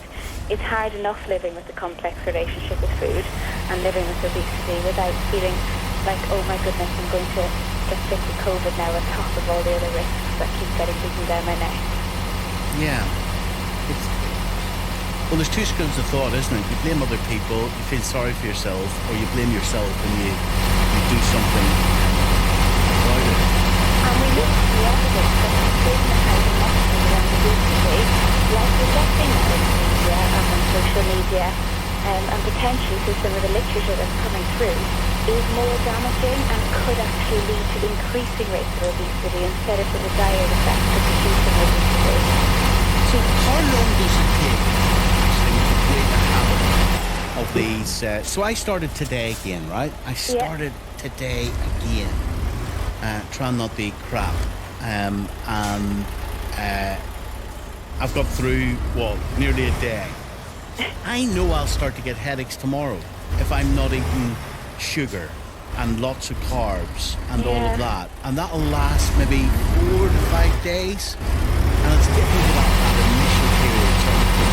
What is it in my body that's creating the headaches and making me feel terrible when I'm coming off all that terrible food? So there will be physiological elements to that in terms of your body being deprived of food. And I don't know how you're eating at the moment, but if you significantly reduce your carbohydrate, then actually you're going to be having not enough glucose to produce, or not enough glucose for your diet, so your body will be breaking down. Ладно, в жопу. Никуда я его не довезу. Даже если отсюда выберусь, я намучаюсь с этим дерьмом. Я не знаю, зачем они запихивают в такие сложные локации. Вот. Нет, у меня слов нет, ну их в жопу. Restrictive messages, so cut out, reduce, avoid, and I'm sure you tell yourself all of these things, and all that they do is make your body want what you're telling yourself you can't have, and it becomes quite a vicious circle. So on top of the fact you're giving yourself less energy and you've got physiological responses going on, you're also having that psychological loss and sense of restriction. And interestingly, people that use restrictive messages or restrictive language around food are more likely to gain weight than those that use more fueling and nutritionally promising messages around food. Mike.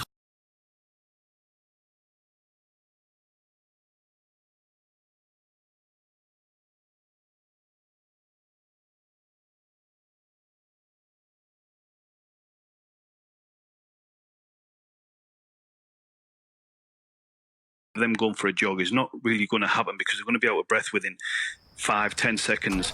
So it's about trying to create a steady walk, trying to increase the walk and trying to interval it. So the way I would say this to someone who's overweight is if you're going to go out on the streets and walk, then try and choose lampposts So speed up between a lamppost. And if you need a rest. There's nothing wrong. And then next time, try and walk a little bit faster, and then slow it down and try and do intervals. So you walk into one, you power walk into one until you can build up that level. Don't expect Rome to be built in a day. Don't think you're going to go put on your trainers, put your hoodie on and start jogging, because there's no real need to. And to be honest, I've found that you'll burn as many calories going for a run as you will if you go on a treadmill.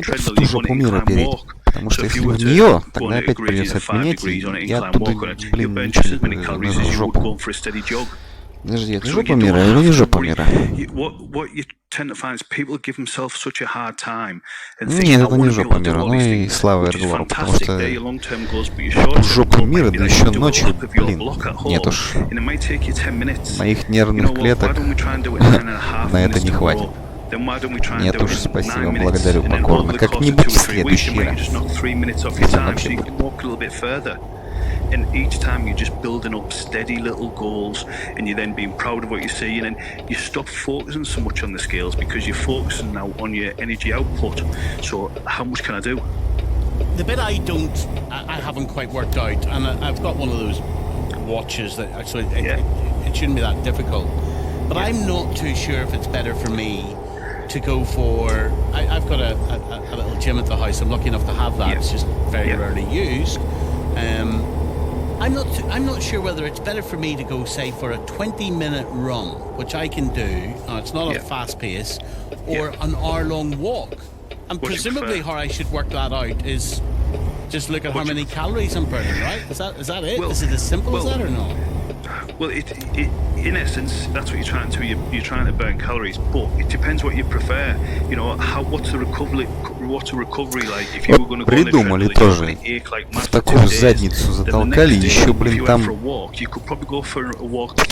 препятствия. Вот надо же, хватило же у них фантазии, блин, на такое. Какая-то извращенная фантазия. Погоди, это что, опять? Нет. Я надеюсь, что это не туда, не в то адское место. Потому что я оттуда ничего не повезу. Ну и в задницу. If it works for you, don't change it. Just stick to it and enjoy it.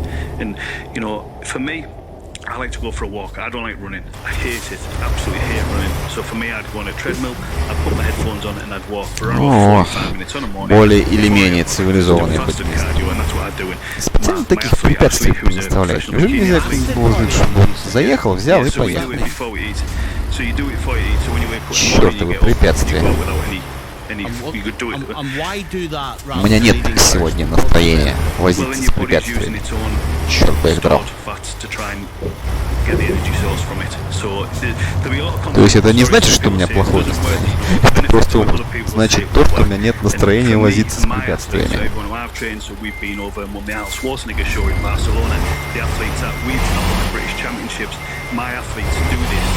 One, because they get up in the morning, it gives them a routine. They know they get up at 7 o'clock, they know they do the cardio before work, they come in the gym, they train, they get out of the way, they get in the shower, and it sets up their daily routine for them.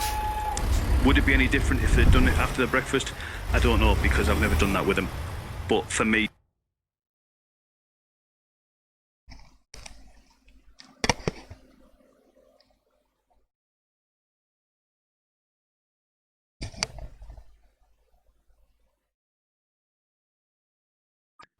Rolls on. Here's Sam tonight. 08085 909 693. Hello, Sam. Hello. Go ahead, sir. Thanks for talking to us. Go ahead. Yeah, so my name's Sam, and I've lost just under 8 stone since January. Wow! I nearly swore there. That is absolutely fantastic. 8 stone since January. Yes, but yeah, I started off in January at 32.5 stone, so I had a lot more to lose than other people. So I don't want someone who's sort of, I don't know, if you were like 14, 15 stone, I wouldn't want someone listening to how much weight I've lost and thinking that would be realistic for them sort of thing. But obviously when you've got more to lose, it comes off a bit quicker. So you're on a roll now, right? Are you keeping going? Yeah, definitely. I'm down to about 24 stone now, 24.5 stone. And I'm hoping to sort of lose, my aim is to lose another 4 stone by the end of this year, but if it doesn't happen, it doesn't happen. Similar to what Mike was saying earlier, I think one of the worst things you can do as a bigger person is put a deadline on your weight loss. I think once you put a deadline, you're putting too much pressure on yourself, in my opinion. When I did it last year and then wrecked it afterwards, and this sounds so crazy, right? But the highlight of my week was filling in once a week on a Tuesday a little chart I wrote down on a blank piece of paper, weight lost. And I just wondered, even if it was writing just in the little box I created for myself, 1 pound, 2 pound, 4 pound. In fact, I was on holiday in America and I had to ring up my mate to say to him, fill in that chart this week. That's how obsessed I became with that piece of paper, Sam. I can't understand it, but that's what happened with me. Tell me how you've done it. Yes, it's similar to yourself, actually. So all the times I've done weight loss in the past, I would add up how much weight I'd lost. This time around, I wrote the number 70 on a board, and I knocked it down each time. Each week I took away what I was losing.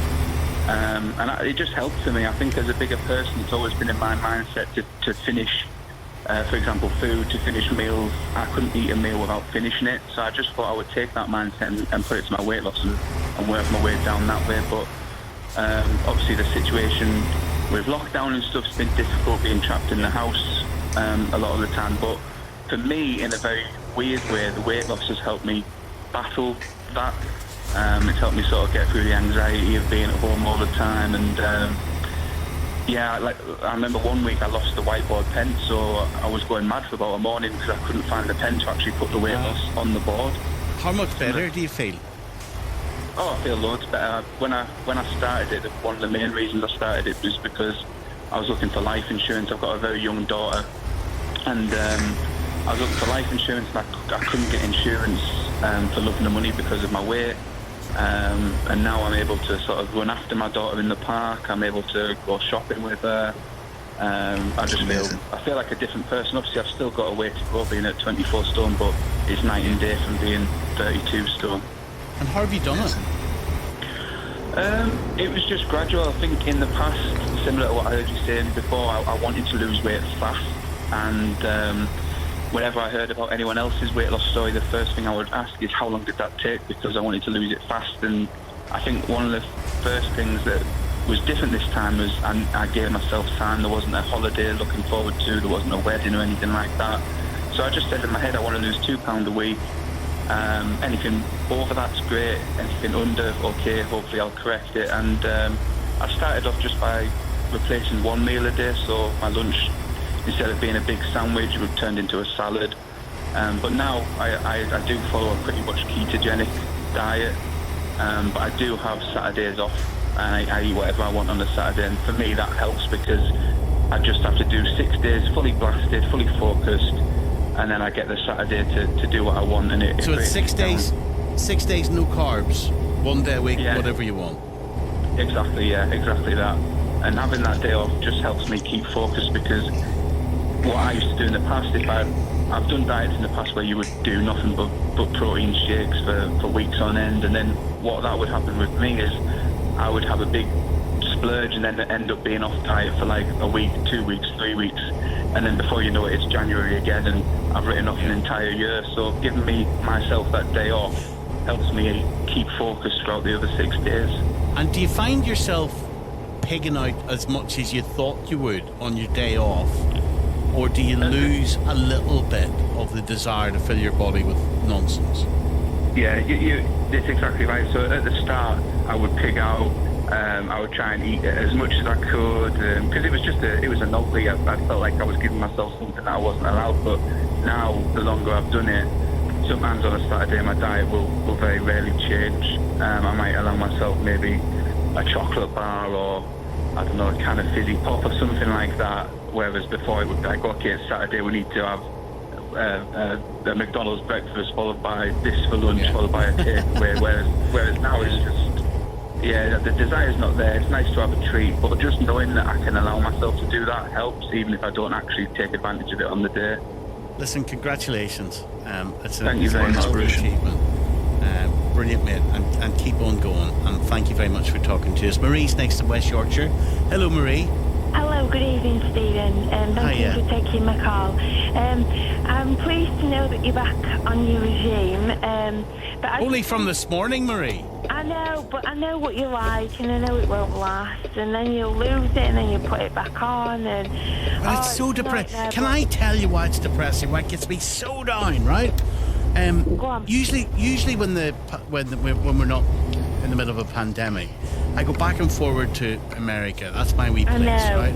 And I love going. There's a clothes shop, and I love the feeling of being able to walk in and just buy something nice, right? I know, yeah. And I can't anymore again, and you feel crap about yourself, and all of that, and just that feeling of being able to go in and buy something, and I'd love to be able to do it again. And anyway. I also think in America, I'm like you, I love America, and I've travelled a lot there, and I love California like you do, and I'm missing going there too, but I do know that there's so much more acceptance, and in America, nobody seems to judge anybody, do they? They don't seem to focus on what you look like, you know, nobody's kind of strutting around. Everybody's just out. They are what they are. They eat what they want. They be what they want. And I love that about America. I love the people. So what are you saying to me? The way that they are. Never judge. So what are you saying? I'm sorry? What are you saying? What do you mean by that? What's the message? I love it. Because I have enduring anorexia, so I'm the opposite end of your spectrum. So okay. I only weigh just over 42 kilos, about 6.5 stone. And I used to be a size 24 when I was at school. I was bullied for being fat. I could never get any clothes to fit me because in those days there were no big sizes. You know, when I was young, all my friends had all the top trendy gear, and I had to go to Evans's, which is kind of a larger ladies' shop. It was the only shop where I could get clothes to fit me. I couldn't get school uniform to fit me. Oh, Stephen, I could cry now just thinking about what I endured at school. It was terrible, absolutely terrible. And my mum and dad never helped. They would just feed me McDonald's, just rubbish, you know, just absolute rubbish. I remember on a Sunday I would eat just a full Sara Lee chocolate gâteau, and they would never restrict me. I don't know whether it was, they weren't very maternal parents, and I think they just killed me with kindness with food and just let me eat whatever I want. And as a consequence of that, when I got to 16, I decided I wanted to lose the weight, and I'd always watched my mum yo-yo diet, you know, calorie counting. She used to do what you do and count calories, and that's how I started. And then I don't... And how are you now then? I'm sorry? How are you now? Are you okay now? Stephen, I'm terrible. I'm almost existing. My weight's terrible, but Boris Johnson just infuriates me because there is no help for eating disorders at all. Nothing at all. I can get no help. I'm in the Mid-Yorks Trust, and I can't get any help at all. I'm so desperate. And because they're not used to people crying out for help with anorexia, because the biggest thing is you become embroiled with the weighing, the measuring, the counting the calories, and it just takes over, Stephen, and you don't know where it takes over, but it just does. I think what you're doing tonight is you're reminding us that while the whole thrust of Boris Johnson's message, the Prime Minister's message, is about the advantages of losing weight, we need to remember that there will be people like you who need a different service and different type of help. Marie, hopefully we can get more time to talk in the future again, because I'd like to do that, and I think we should do that. I'm sorry that I'm going to keep it relatively short tonight, just because we've got the news to go to. But why don't we talk again? Because I think there's a lot in your story. Aisling Piggott, thank you very much for talking to us this evening. My kind, I'm going to do it this time. I'm going to do it, sir. Promise. I promise. I swear, me and you are going to fall out. You've got my number. If you don't take me up on it, right? Honestly, you've got it at your feet now. And do you know what? Both of you saying there, they're both eating disorders, both ways, and they need to be. Both you and the other listener, it's no matter which way you look at it, Pauline. Yeah, you know, I feel for both of you. Pauline, if you need any help, message me. I'll help you for 3. Mike, thanks very much, mate. Thank you very much indeed. The offer's there. Please don't pass this opportunity up, Stephen. let's pause there and get the news at 10:33. On digital, BBC Sounds, smart speaker and online. This is BBC Radio 5 Live. The 5 Live News, I'm Delith Lloyd. 2 government scientific advisors say difficult decisions might have to be taken to control coronavirus infections. Graham Medley and Callum Semple think pubs and restaurants in England could be shut again so kids can go back to school. Another 74 people have died in the UK after testing positive for COVID-19. It takes the total number of deaths to 46,193. Police searching for a missing 15-year-old boy at the Lakeside Retail Park in Essex say they found a body. His relatives have been told. And there are fresh concerns about whether British special forces may have committed war crimes when they were fighting the Taliban in Afghanistan. Panorama has highlighted allegations that the SAS deliberately targeted men of fighting age who posed no threat. The Ministry of Defence denies the claim. Now to sport, and Arsenal are 14th time. Pierre-Emerick Aubameyang scored both goals as they came from behind to beat Chelsea 2.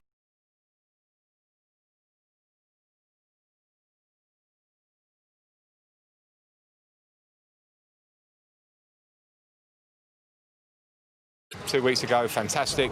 Moved the ball, hit the sides, have a threat behind. Today we were slow, played back on ourselves, invited pressure, didn't really know where to go from that, and we didn't perform well enough to win a final. 6 days after Bournemouth were relegated from the Premier League, Eddie Howe has left the club. Correspondent John Murray has more. In many ways, it doesn't seem quite right that the news of Eddie Howe's departure from Bournemouth was buried away late on a Saturday evening in the aftermath of an FA Cup final. Eddie Howe has been one of the club's greatest servants, almost as man and boy, for 25 years as both a player and for 2 spells as manager.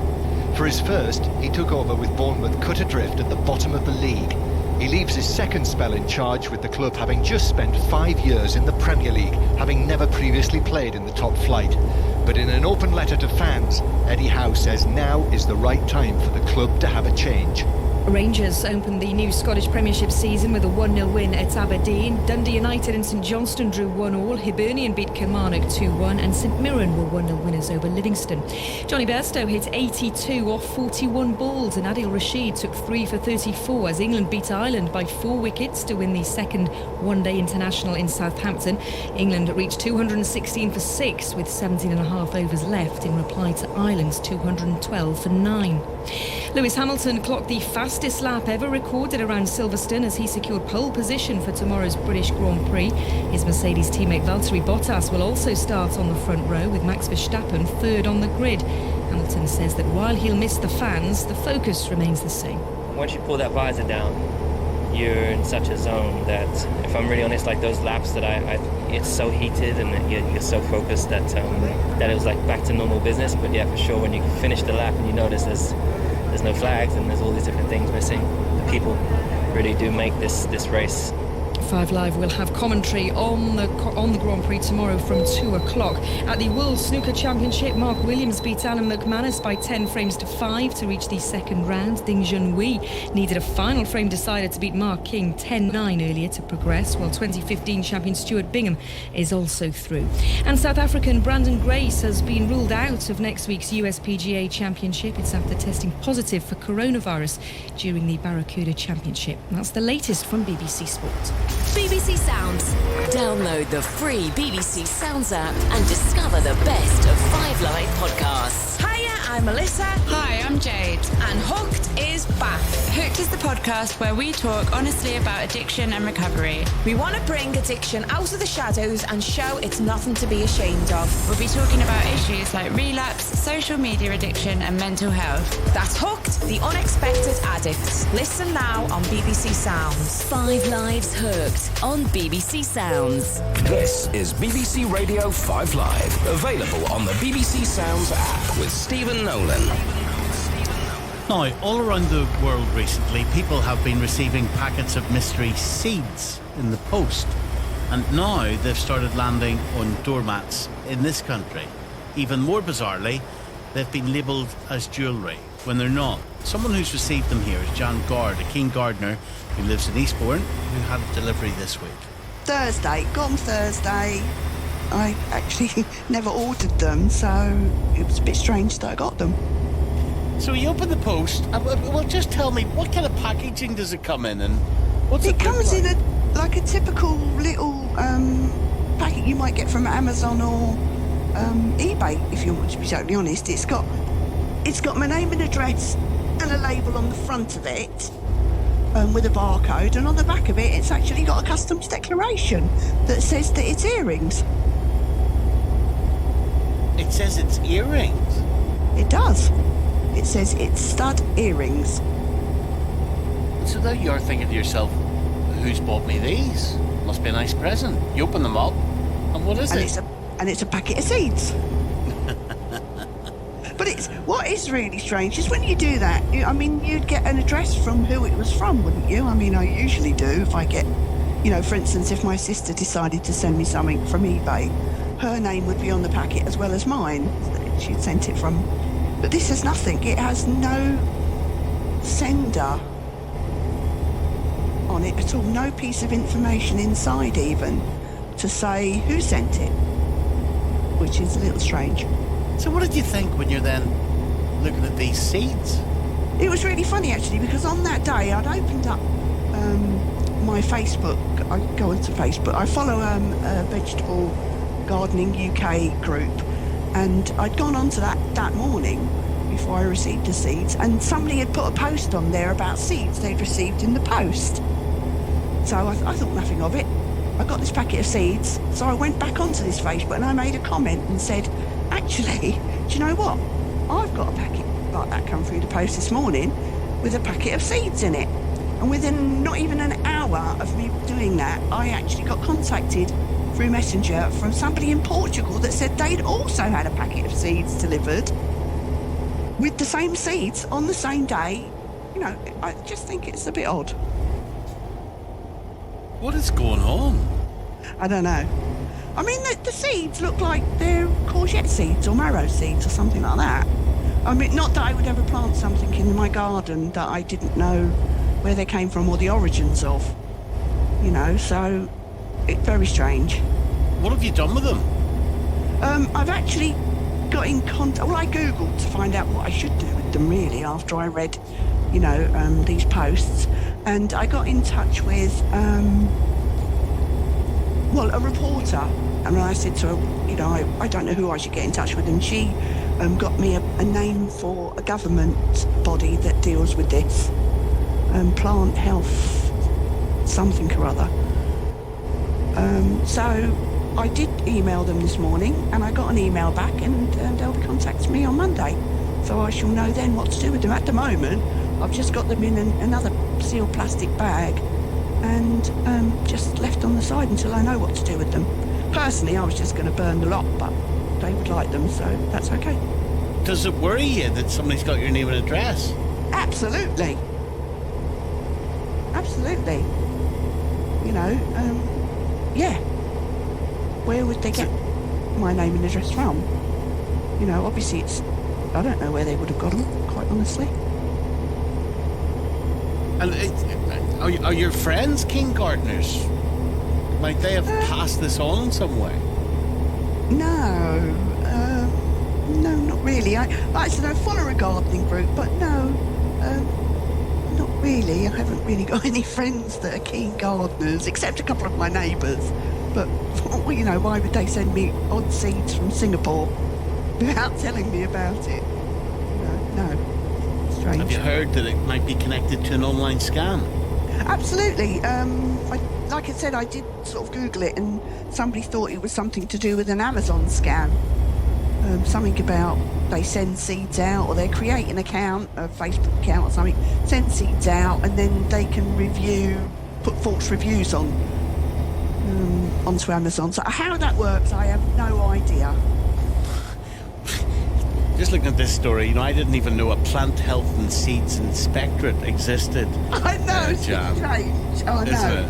But he said they were going to do DNA testing on the seeds. Now, what that's about, I don't know. I didn't know you could DNA test a seed.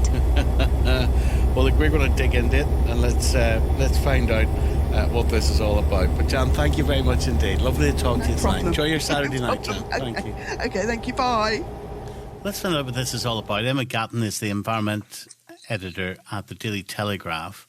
Where are these coming from, Emma? Good evening. Hello, hi. Well, I think Jan has rather already got to the bottom of it. So what the understood is what's happening is that it is part of a kind of e-commerce scam.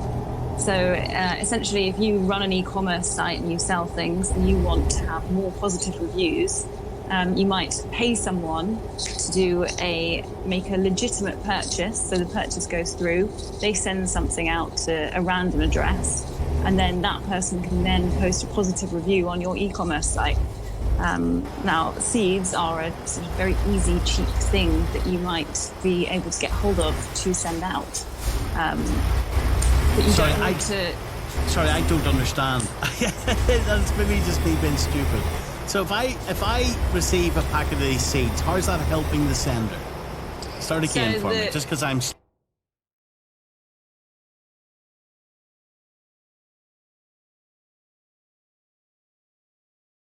But you can't fake that. There has to be a purchase somewhere. Okay. Transaction has to take place. So instead of you purchasing something that is of high value, for instance, if you're trying to get, lots and lots of positive reviews, you would send something that's very, very low value, make that a legitimate purchase, and send it to a random address somewhere in the world, just so that is a purchase that's happened. Once you've done that, once you've made that purchase, you can leave a positive review on this e-commerce site and say, I bought this and it was excellent, and the e-commerce site all it will see is that a purchase has taken place, and it will let that review show up as a real review. Surely all of these people receiving these seeds, they will want to complain about it, will they not?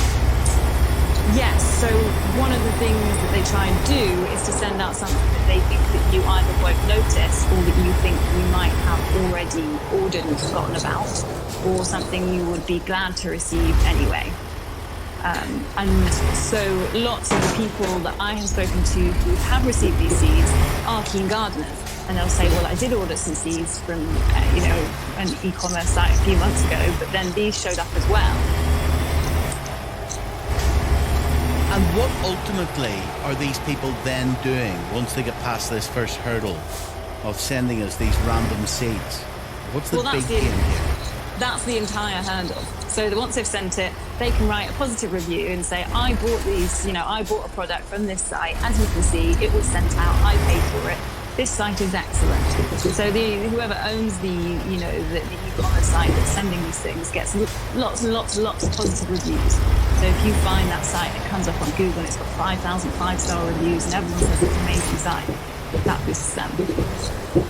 And then they're selling, obviously, other stuff on it. They're selling other stuff, yeah. So that maybe they are selling seeds, maybe they're selling jewellery, maybe they're selling something else. But either way, they look like a great service. Are they breaking the law in any way?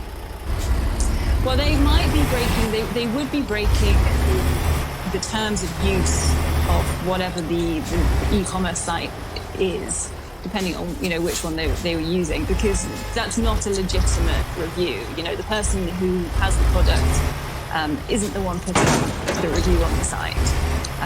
So yes, in that sense. Of course, these are all being sent from various different countries, so various different laws apply. Have you received them? I haven't received them. No, I'm not a keen gardener in any way, so I think I would be very suspicious immediately. Emma, thanks very much. If we get them now, we'll know what this is all about. But thank you. Yes, Emma. Important thing is don't plant them, whatever you do. Oh, really? Why not? Because basically we don't know what they are, and we don't know what's come in with them. We don't know what pathogens may have come in with the seeds. We don't know. They could be an invasive species. You just don't know. From outside the EU, that goes through all sorts of kind of like phytosanitary checks. But these, because they're disguised, because they're being mislabeled, they don't get picked up in customs. Customs think they're jewellery. They feel a bit like jewellery, so they don't get checked. So you shouldn't plant them, whatever you do. My goodness. So that's the really serious side to this, Emma. Yes, exactly. Okay. Emma, thank you very much indeed. Thank you. All right, Emma you're Gatton, welcome. environment editor at the Daily Telegraph. It's 12 minutes to 11. Here's Imogen in Bath. Hello, Imogen. Hi. Hello. Go ahead. Thanks for calling us. Well, yeah, I was listening earlier to the woman who called about her anorexia, and yeah, I'm calling to say I agree with her 100%. I suffer bulimia because of all the comments I got from GPs and people, society about losing weight, and it's my worst enemy. It's going to kill me, because, you know, I understand obesity is a big problem, but Boris is going to have to be so careful how he approaches this. And I say to society out there, just please stop judging people by their appearance, you know. When someone loses weight, don't overcompliment them. Let them get on with their life and everything. Because, you know, it's been a nightmare recently over lockdown for people with eating disorders.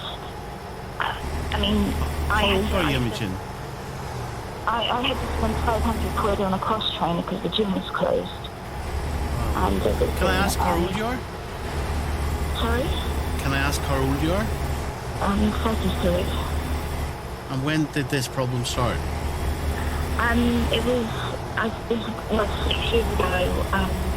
Unsuccessful surgery actually, and I was suffering depression.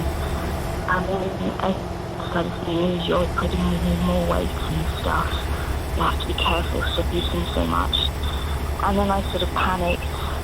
And Emma, sorry, the mobile signal is really bad, so we'll see if we can get it fixed, and we'll see if we can come back to you, if that's all right, because I do want to hear your story tonight.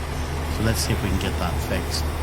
In the meantime, this weekend, thousands of businesses across the country should have been reopening, but that was until the Prime Minister said they must stay shut for another fortnight, at least because of fears that the virus is spreading again. We've heard a lot from beauty parlours forced to keep their doors shut, but they're not the only ones. Kim Johnson is the owner of a bowling alley in Gloucestershire. Hello, Kim. Hello there. Hello. How are you? I'm doing okay. Good. I guess you could be doing better, Kim. I believe I probably could, yeah, if we were allowed to open, yeah. It's a bit 11th hour, really. It's, 12 hours to go, and we're thinking, we're going to be open, and we're not. And presumably you had to invest quite a lot of organisation, a lot of money to start getting things right, getting ready to open. Yeah, absolutely. So all of this week, we've been, the staff have all been in, laid all the bowl out, taken some tables out, obviously moved it all about. I think we invested about nearly £3,000 on hand sanitisers and all the wipes and everything, and so everyone knew what they were doing. You know, the moment we were going to open, all the staff were in. You know, yeah, I just couldn't believe it. Radio, and I thought it can't be right. And it was, yeah. So where's that left you? What are you going to do? I absolutely don't know. The bowl has run out of money now. We shut on the 20th of March, so the bowl's been closed 4.5 months now. No income whatsoever, but the bills are still going out the door. Like, so you've still got the rent, you've still got a small amount of electric compared to what we were paying. Our normal electric bill is about £3,500 a month. So we were paying about £200 a month.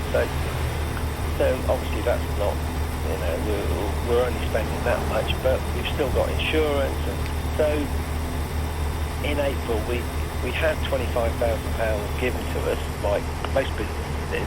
Obviously we'd made some money over the winter period, because that's the only time a bowl ever makes any money. During the winter, we effectively lose money during the summer. But so the money that we got through the winter, that's all gone. The £25,000 has all gone. And I don't know what we're going to do. I mean, the government needs to step in somewhere and help businesses like us. I mean, I can't see that we can be open for much longer without some sort of help, but without some sort of grants. It's catastrophe. How long have you had the business? 13 years. So we bought it in 2007. Of course, 2008 was the crash. So that was pretty bad. But we were obviously open, so we were getting a certain amount of money in. So we managed to stay afloat throughout that. I mean, it took a couple of years to sort of get back going again. But this is completely devastated us. And you must be asking yourself how, pubs can be open, and yet you can't. Absolutely. And you see pictures. So of just pubs. think of the logic of that, right? And I know I don't need to tell you to think of the logic of this, but I guess I'm saying this out loud. So alcohol impairs judgment. Yes. So what the government is saying is, if you get drunk, we still think it's safe for you to be in a pub. But when you're in a bowling alley where there is no alcohol, we're keeping them closed. We're shutting them down. Yeah. And that's why I don't understand. I mean, and our bowling alley is 20,000 square foot, and it's big. I mean, I've seen some of the local places around here. I live in the countryside in Oxfordshire, and the pubs are rammed. I mean, they're like shoulder to shoulder, and I'm thinking, how can this happen?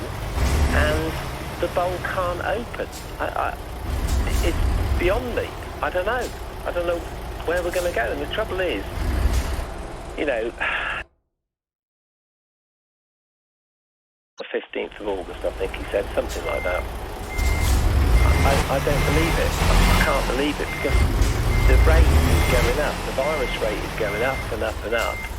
And why would it, in 2 weeks' time, be going down? I don't believe that we're going to be open in two weeks' time. I asked you if the business can survive. Can your personal finances survive this, Ken? Luckily, personally, we've got another business that pays my mortgage and stuff like that. And in actual fact, it pays the wages of the bowl this month because there wasn't any money. The landlords are quite good. They are doing a lot of work on the site at Stroud. But when I did ask them about, could we have sort of like just a little bit of leeway about paying the rent, they said, well, we've got bills to pay for. And I quite understand that. I do. And at the time they told me it wasn't a problem because we had the 25,000 in April. Of course, we're 4 months down the line now, and I'm thinking, wow, we're having a conversation on Monday. I don't know how that will go. Francis Smith's listening to this. Francis is managing director of the Whitley Bay Ice Rink. Do you find yourself in a similar situation, Francis? It is very similar, yes. Only our numbers are obviously much bigger. It's a big building and the overheads are very much more significant. Electricity in particular. And I'm mentioning that one because when we were told early July, or we anticipated that we'd be opening then. Now, you can't just switch an ice rink on, in a day. It takes about a month to get the ice laid down and so forth. And therefore, we've been working on this for a very long time. And then on the 10th of July, we thought we'd have been open by then, but they said, no, you can't open now till the 25th. So, okay, we took that and we said, right, we'll be opening on the 25th. But we brought staff in off furlough. We've got all the PPE, we've got all the equipment the other previous gentleman was mentioning, and we're getting the place is all ready pretty well. But obviously we also have engineers in getting the ice sorted out and all the rest of it. Anyway, on the 16th of July, we were then informed that we couldn't open on the 25th, and it would have to be a different date. The following day, the 17th, because the ice rinks all kicked up, they then announced, okay, you can have a new opening date of the 1st of August. So, right, and then news, I don't think it came probably through the media, Это выглядело жалко, я знаю. Но я всего лишь хотел открыть маленькую желтенькую область справа. А эта сука, которая мой прицеп, она, блин... ну вы видели. Короче, в жопу. Все, не хочу больше говорить.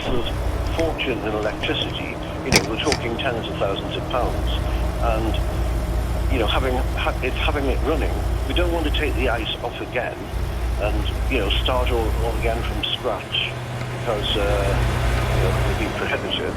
And the staff are all upset. We've had people in tears, and it's just a really, really bad situation.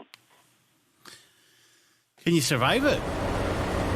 We will survive. Listen, we've been in this game for 65 years. My grandfather started it. I'm third generation, and I now have a nephew and niece working in the building, fourth generation. They haven't been with us, well, they've been with us 2 or 3 years, but, we're determined to carry on, and we will. We will somehow manage to carry on. However, it's very, very unreasonable when massive costs have been incurred, not at our, behest, but by... I'm not going to blame the government too much, but they have, unfortunately, responding to the virus, they've put us in a position where, it's going to be costing us a fortune. And it's only reasonable, is it not, that they somehow compensate, an ice rink like ourselves. We're not local authority, we're not any sort of charity, we're an SME. And we pay, corporation taxes, that's the loss. Well, Francis, let's hope things get better soon. Thanks for sharing the story with us tonight. Kim Johnson, thank you as well, sir. And I wish you best for the future. Here comes the news now at 11 o'clock. On digital, BBC Sounds, smart speaker and online. This is BBC Radio 5 Live. With the BBC News at 11 o'clock, this is Jason Kay. Senior government scientists have told the BBC there may need to be a trade-off in deciding which parts of the economy to unlock and which to lock down. Professor Graham Medley said the reopening of schools might be seen as a greater priority than keeping the pubs open. As infections continue to rise across Europe, Dr. Peter Drobak, who's a health expert at the University of Oxford, said to tackle a possible second wave of the coronavirus, the UK and its neighbours must learn the lessons from the first one. Nothing about the characteristics of this virus has changed since it was nearly overwhelming the continent a few months back. What's really changed is our behavior. And so we're in a really difficult spot right now. But again, some of the same principles apply. One of those is that early action is critical so that in countries that are seeing surges, they can avoid going back on that exponential growth curve. The Times has reported tonight that a former minister and current Conservative MP has been arrested after a woman accused him of rape, sexual assault and coercive control. In a statement, the Met Police said the man in his 50s was in custody in a police station in East London. Previously classified documents disclosed as part of a court case have raised fresh concerns about whether British special forces committed war crimes when they were fighting the Taliban in Afghanistan. The allegations were highlighted last year when a BBC Panorama investigation heard claims that the SAS deliberately targeted fighting-aged males even when they didn't pose a threat. The Ministry of Defence has denied such a policy existed. The SNP's defence spokesman, Stuart MacDonald, says the documents warrant a fresh investigation. It's deeply alarming, it's deeply serious, and the government needs to come clean. If that doesn't merit some kind of inquiry, because at the end of the day you're talking about potential war crimes, then I don't know what does. The Chinese-owned video-sharing app TikTok has insisted it's in the United States for the long run, after President Trump threatened to ban it. Its US General Manager, Vanessa Pappas, said the company had received an outpouring of support as she thanked the millions of Americans who used it. Mr. Trump said that he could sign an executive order as early as today, amid concerns that TikTok could be used to collect Americans' personal data. Its owner, ByteDance, denies any Chinese control. In football, Arsenal have won the FA Cup for a record 14th time. Pierre-Emerick Aubameyang scored twice as they came from behind to beat Chelsea 2-1. The Arsenal manager, Mikel Arteta, was asked how his players would prepare for next season. As a result of lockdown, this starts in just 4 weeks' time. Give me a break. We played every 2.5 days. You can see the injuries that are happening during the games. The players were completely knackered. They made a massive effort to be through the coronavirus to get fit. You know, when you work so hard, at the end you get reward. So I'm really happy for them. And in Formula One, Lewis Hamilton will start tomorrow's British Grand Prix in pole position. He completed the fastest ever lap of Silverstone during qualification. And that's the BBC News at 3 minutes past 11. BBC Sounds.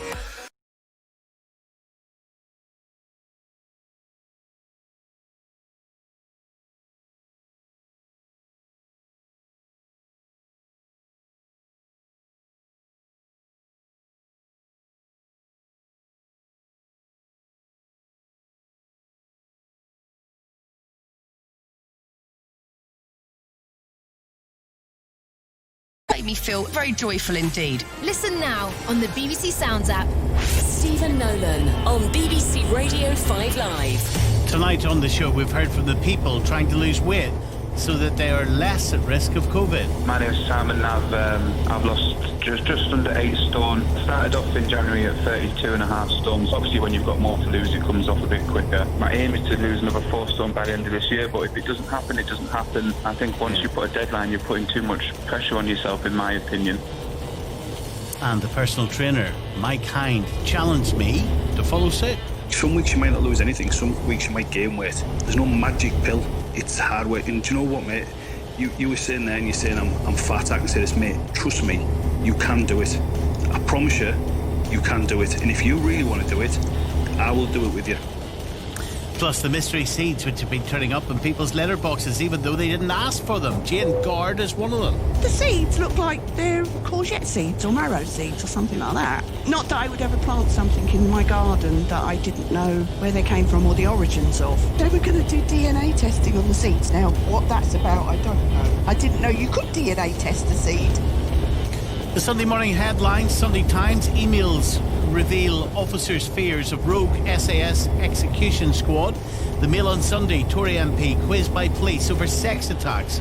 We'll have more on that story shortly. The Sunday Telegraph, Minister's blueprint to avoid new lockdown. The Daily Star, Philip Schofield is in same-sex Strictly talks and could dance with another man on the show. The Sunday Mirror, stop this chaos. Prime Minister told to get a grip on COVID confusion. The Sunday Express tomorrow, virus fears put lives back on hold.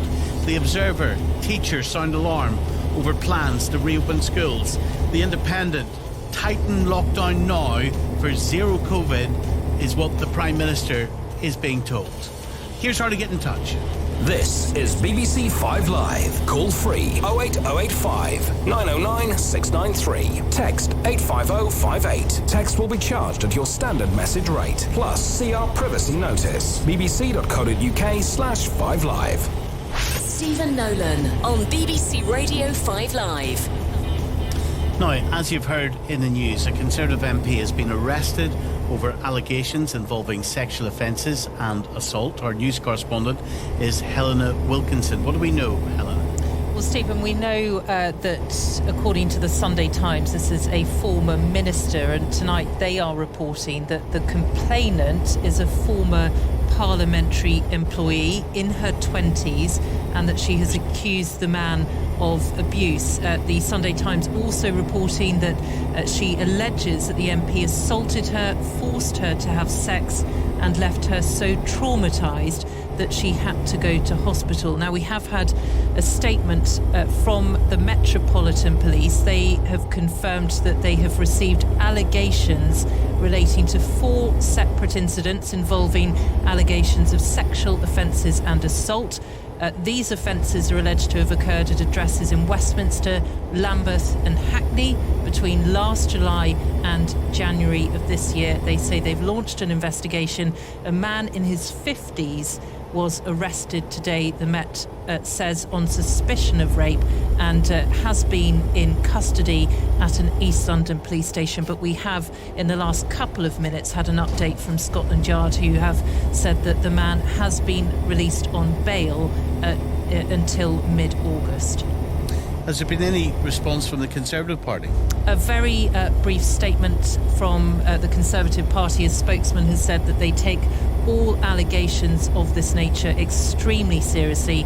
And the statement goes on to say, as this matter is now in the hands of the police, they say it would be inappropriate for them to comment further. Okay, Helena, thank you very much indeed.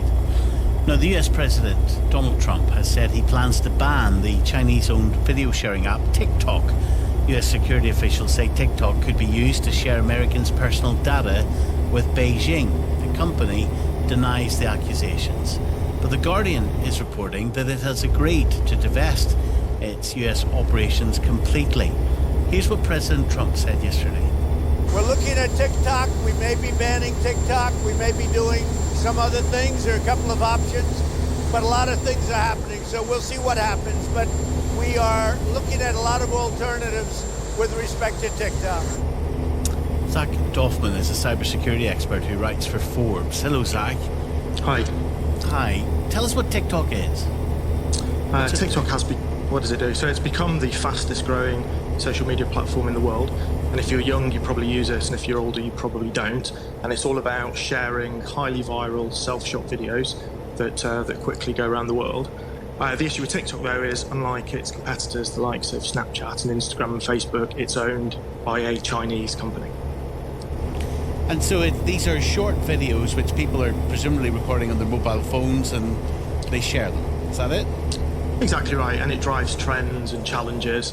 So you have influencers and celebrities who will jump on TikTok and share the same videos, and then people can lip sync to the same tune. So if you watch a younger person using it, they are spinning through these 15-second videos at a rate of knots, and that's really taken the world by storm through the lockdown. So why does Donald Trump dislike it? Well, the issue, as I said, is that TikTok's owned by a company called ByteDance, which is Chinese, and TikTok has fallen victim to the tech standoff between Washington and Beijing, exactly the same standoff that's seen so much pressure applied to Huawei that led to its 5G ban here in the UK. So the origins of this is all about TikTok's Chinese ownership. And whilst it's had issues in the past around data privacy and data protection, the allegations of spyware, which are behind the latest US threats, are new and unproven. So the allegations are that for those people who have downloaded TikTok onto their phones, that it's drilling into the other information on their phones. Is that the allegations? Exactly right. The US is claiming that TikTok is, they call it spyware.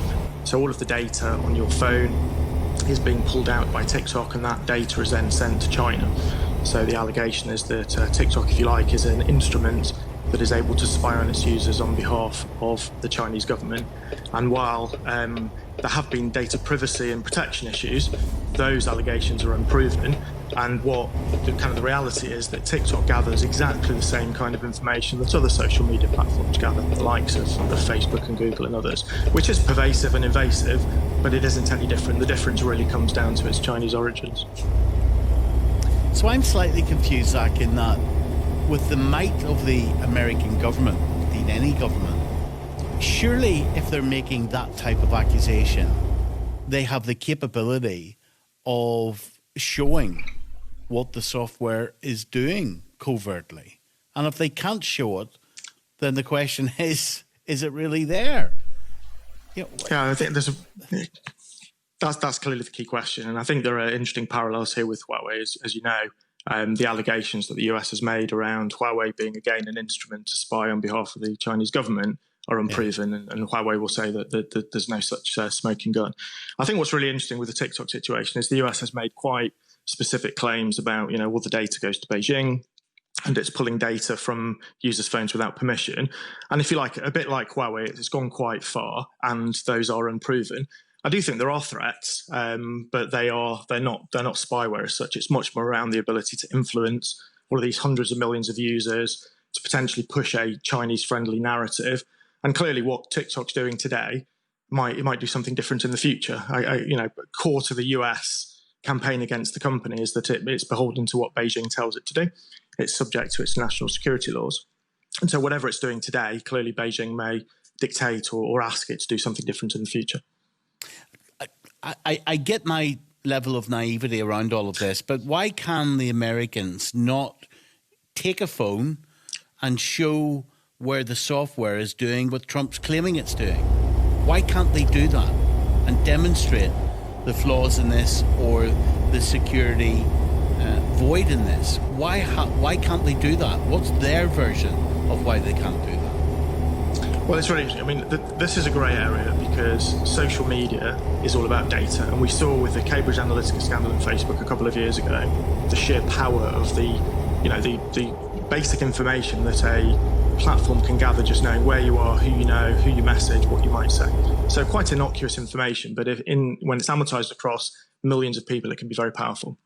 So clearly, TikTok is gathering the same kinds of information as Facebook and others are gathering. So that's all true, but it isn't going any further. And when security experts have looked at the platform, they can't find the smoking gun, which shows that TikTok is actually pulling data it shouldn't or it doesn't have permission for, or sending that information to China. But it is clearly Chinese owned. And the fact that the data isn't stored in China doesn't mean that it can't be accessed from China. I mean, clearly that all takes place behind the closed doors of TikTok's owner ByteDance, and we would have no ability to go in and see what's actually going on. Has Trump got the power to ban it? How does he do that? It's not straightforward. So, I mean, clearly, even though China has banned US social media platforms, the likes of Facebook and Google, the US wouldn't want to be seen to do the same. It's a democracy and it prides itself on the freedom of its press. So it won't want to go that route. There are two things. When Trump talks about two options, there are two things he can do. The first is he can put TikTok on the same kind of entity list that Huawei is on. And that would prohibit US organizations providing software or hardware or services to TikTok. So the cloud services providers, the app stores where the app is actually downloaded from, the hardware, the servers that the software runs on. If TikTok's unable to get hold of all of that equipment, and if its users are unable to download or update the app, then clearly that would be the same as a ban in the US. That's one option. The other option that's now being talked about is called CFIUS, and that's a technical regulation in the US which governs foreign ownership of a US entity. And TikTok was formed when ByteDance acquired another Chinese company called Musical.ly, back in 2 years ago, I think it was. And that had an entity based in the US. And what we're seeing now is the potential for a security investigation of China's ownership of that US entity. And the US government could rule that that needs to be divested. So when we see rumours about TikTok selling its US interests, it's basically that acquired entity as part of the ByteDance acquisition of Musical.ly. And do you think there's anything in those rumours? Is it selling? If you go back a week, there was speculation that TikTok is owned by US investors, amongst others. It's a startup, ultimately, a kind of a unicorn startup. There were rumours that the US investors were going to club together and buy it. What we saw over the last 2 or 3 days is rumours that Microsoft was actually going to do it instead. It was better able to absorb the platform and its management.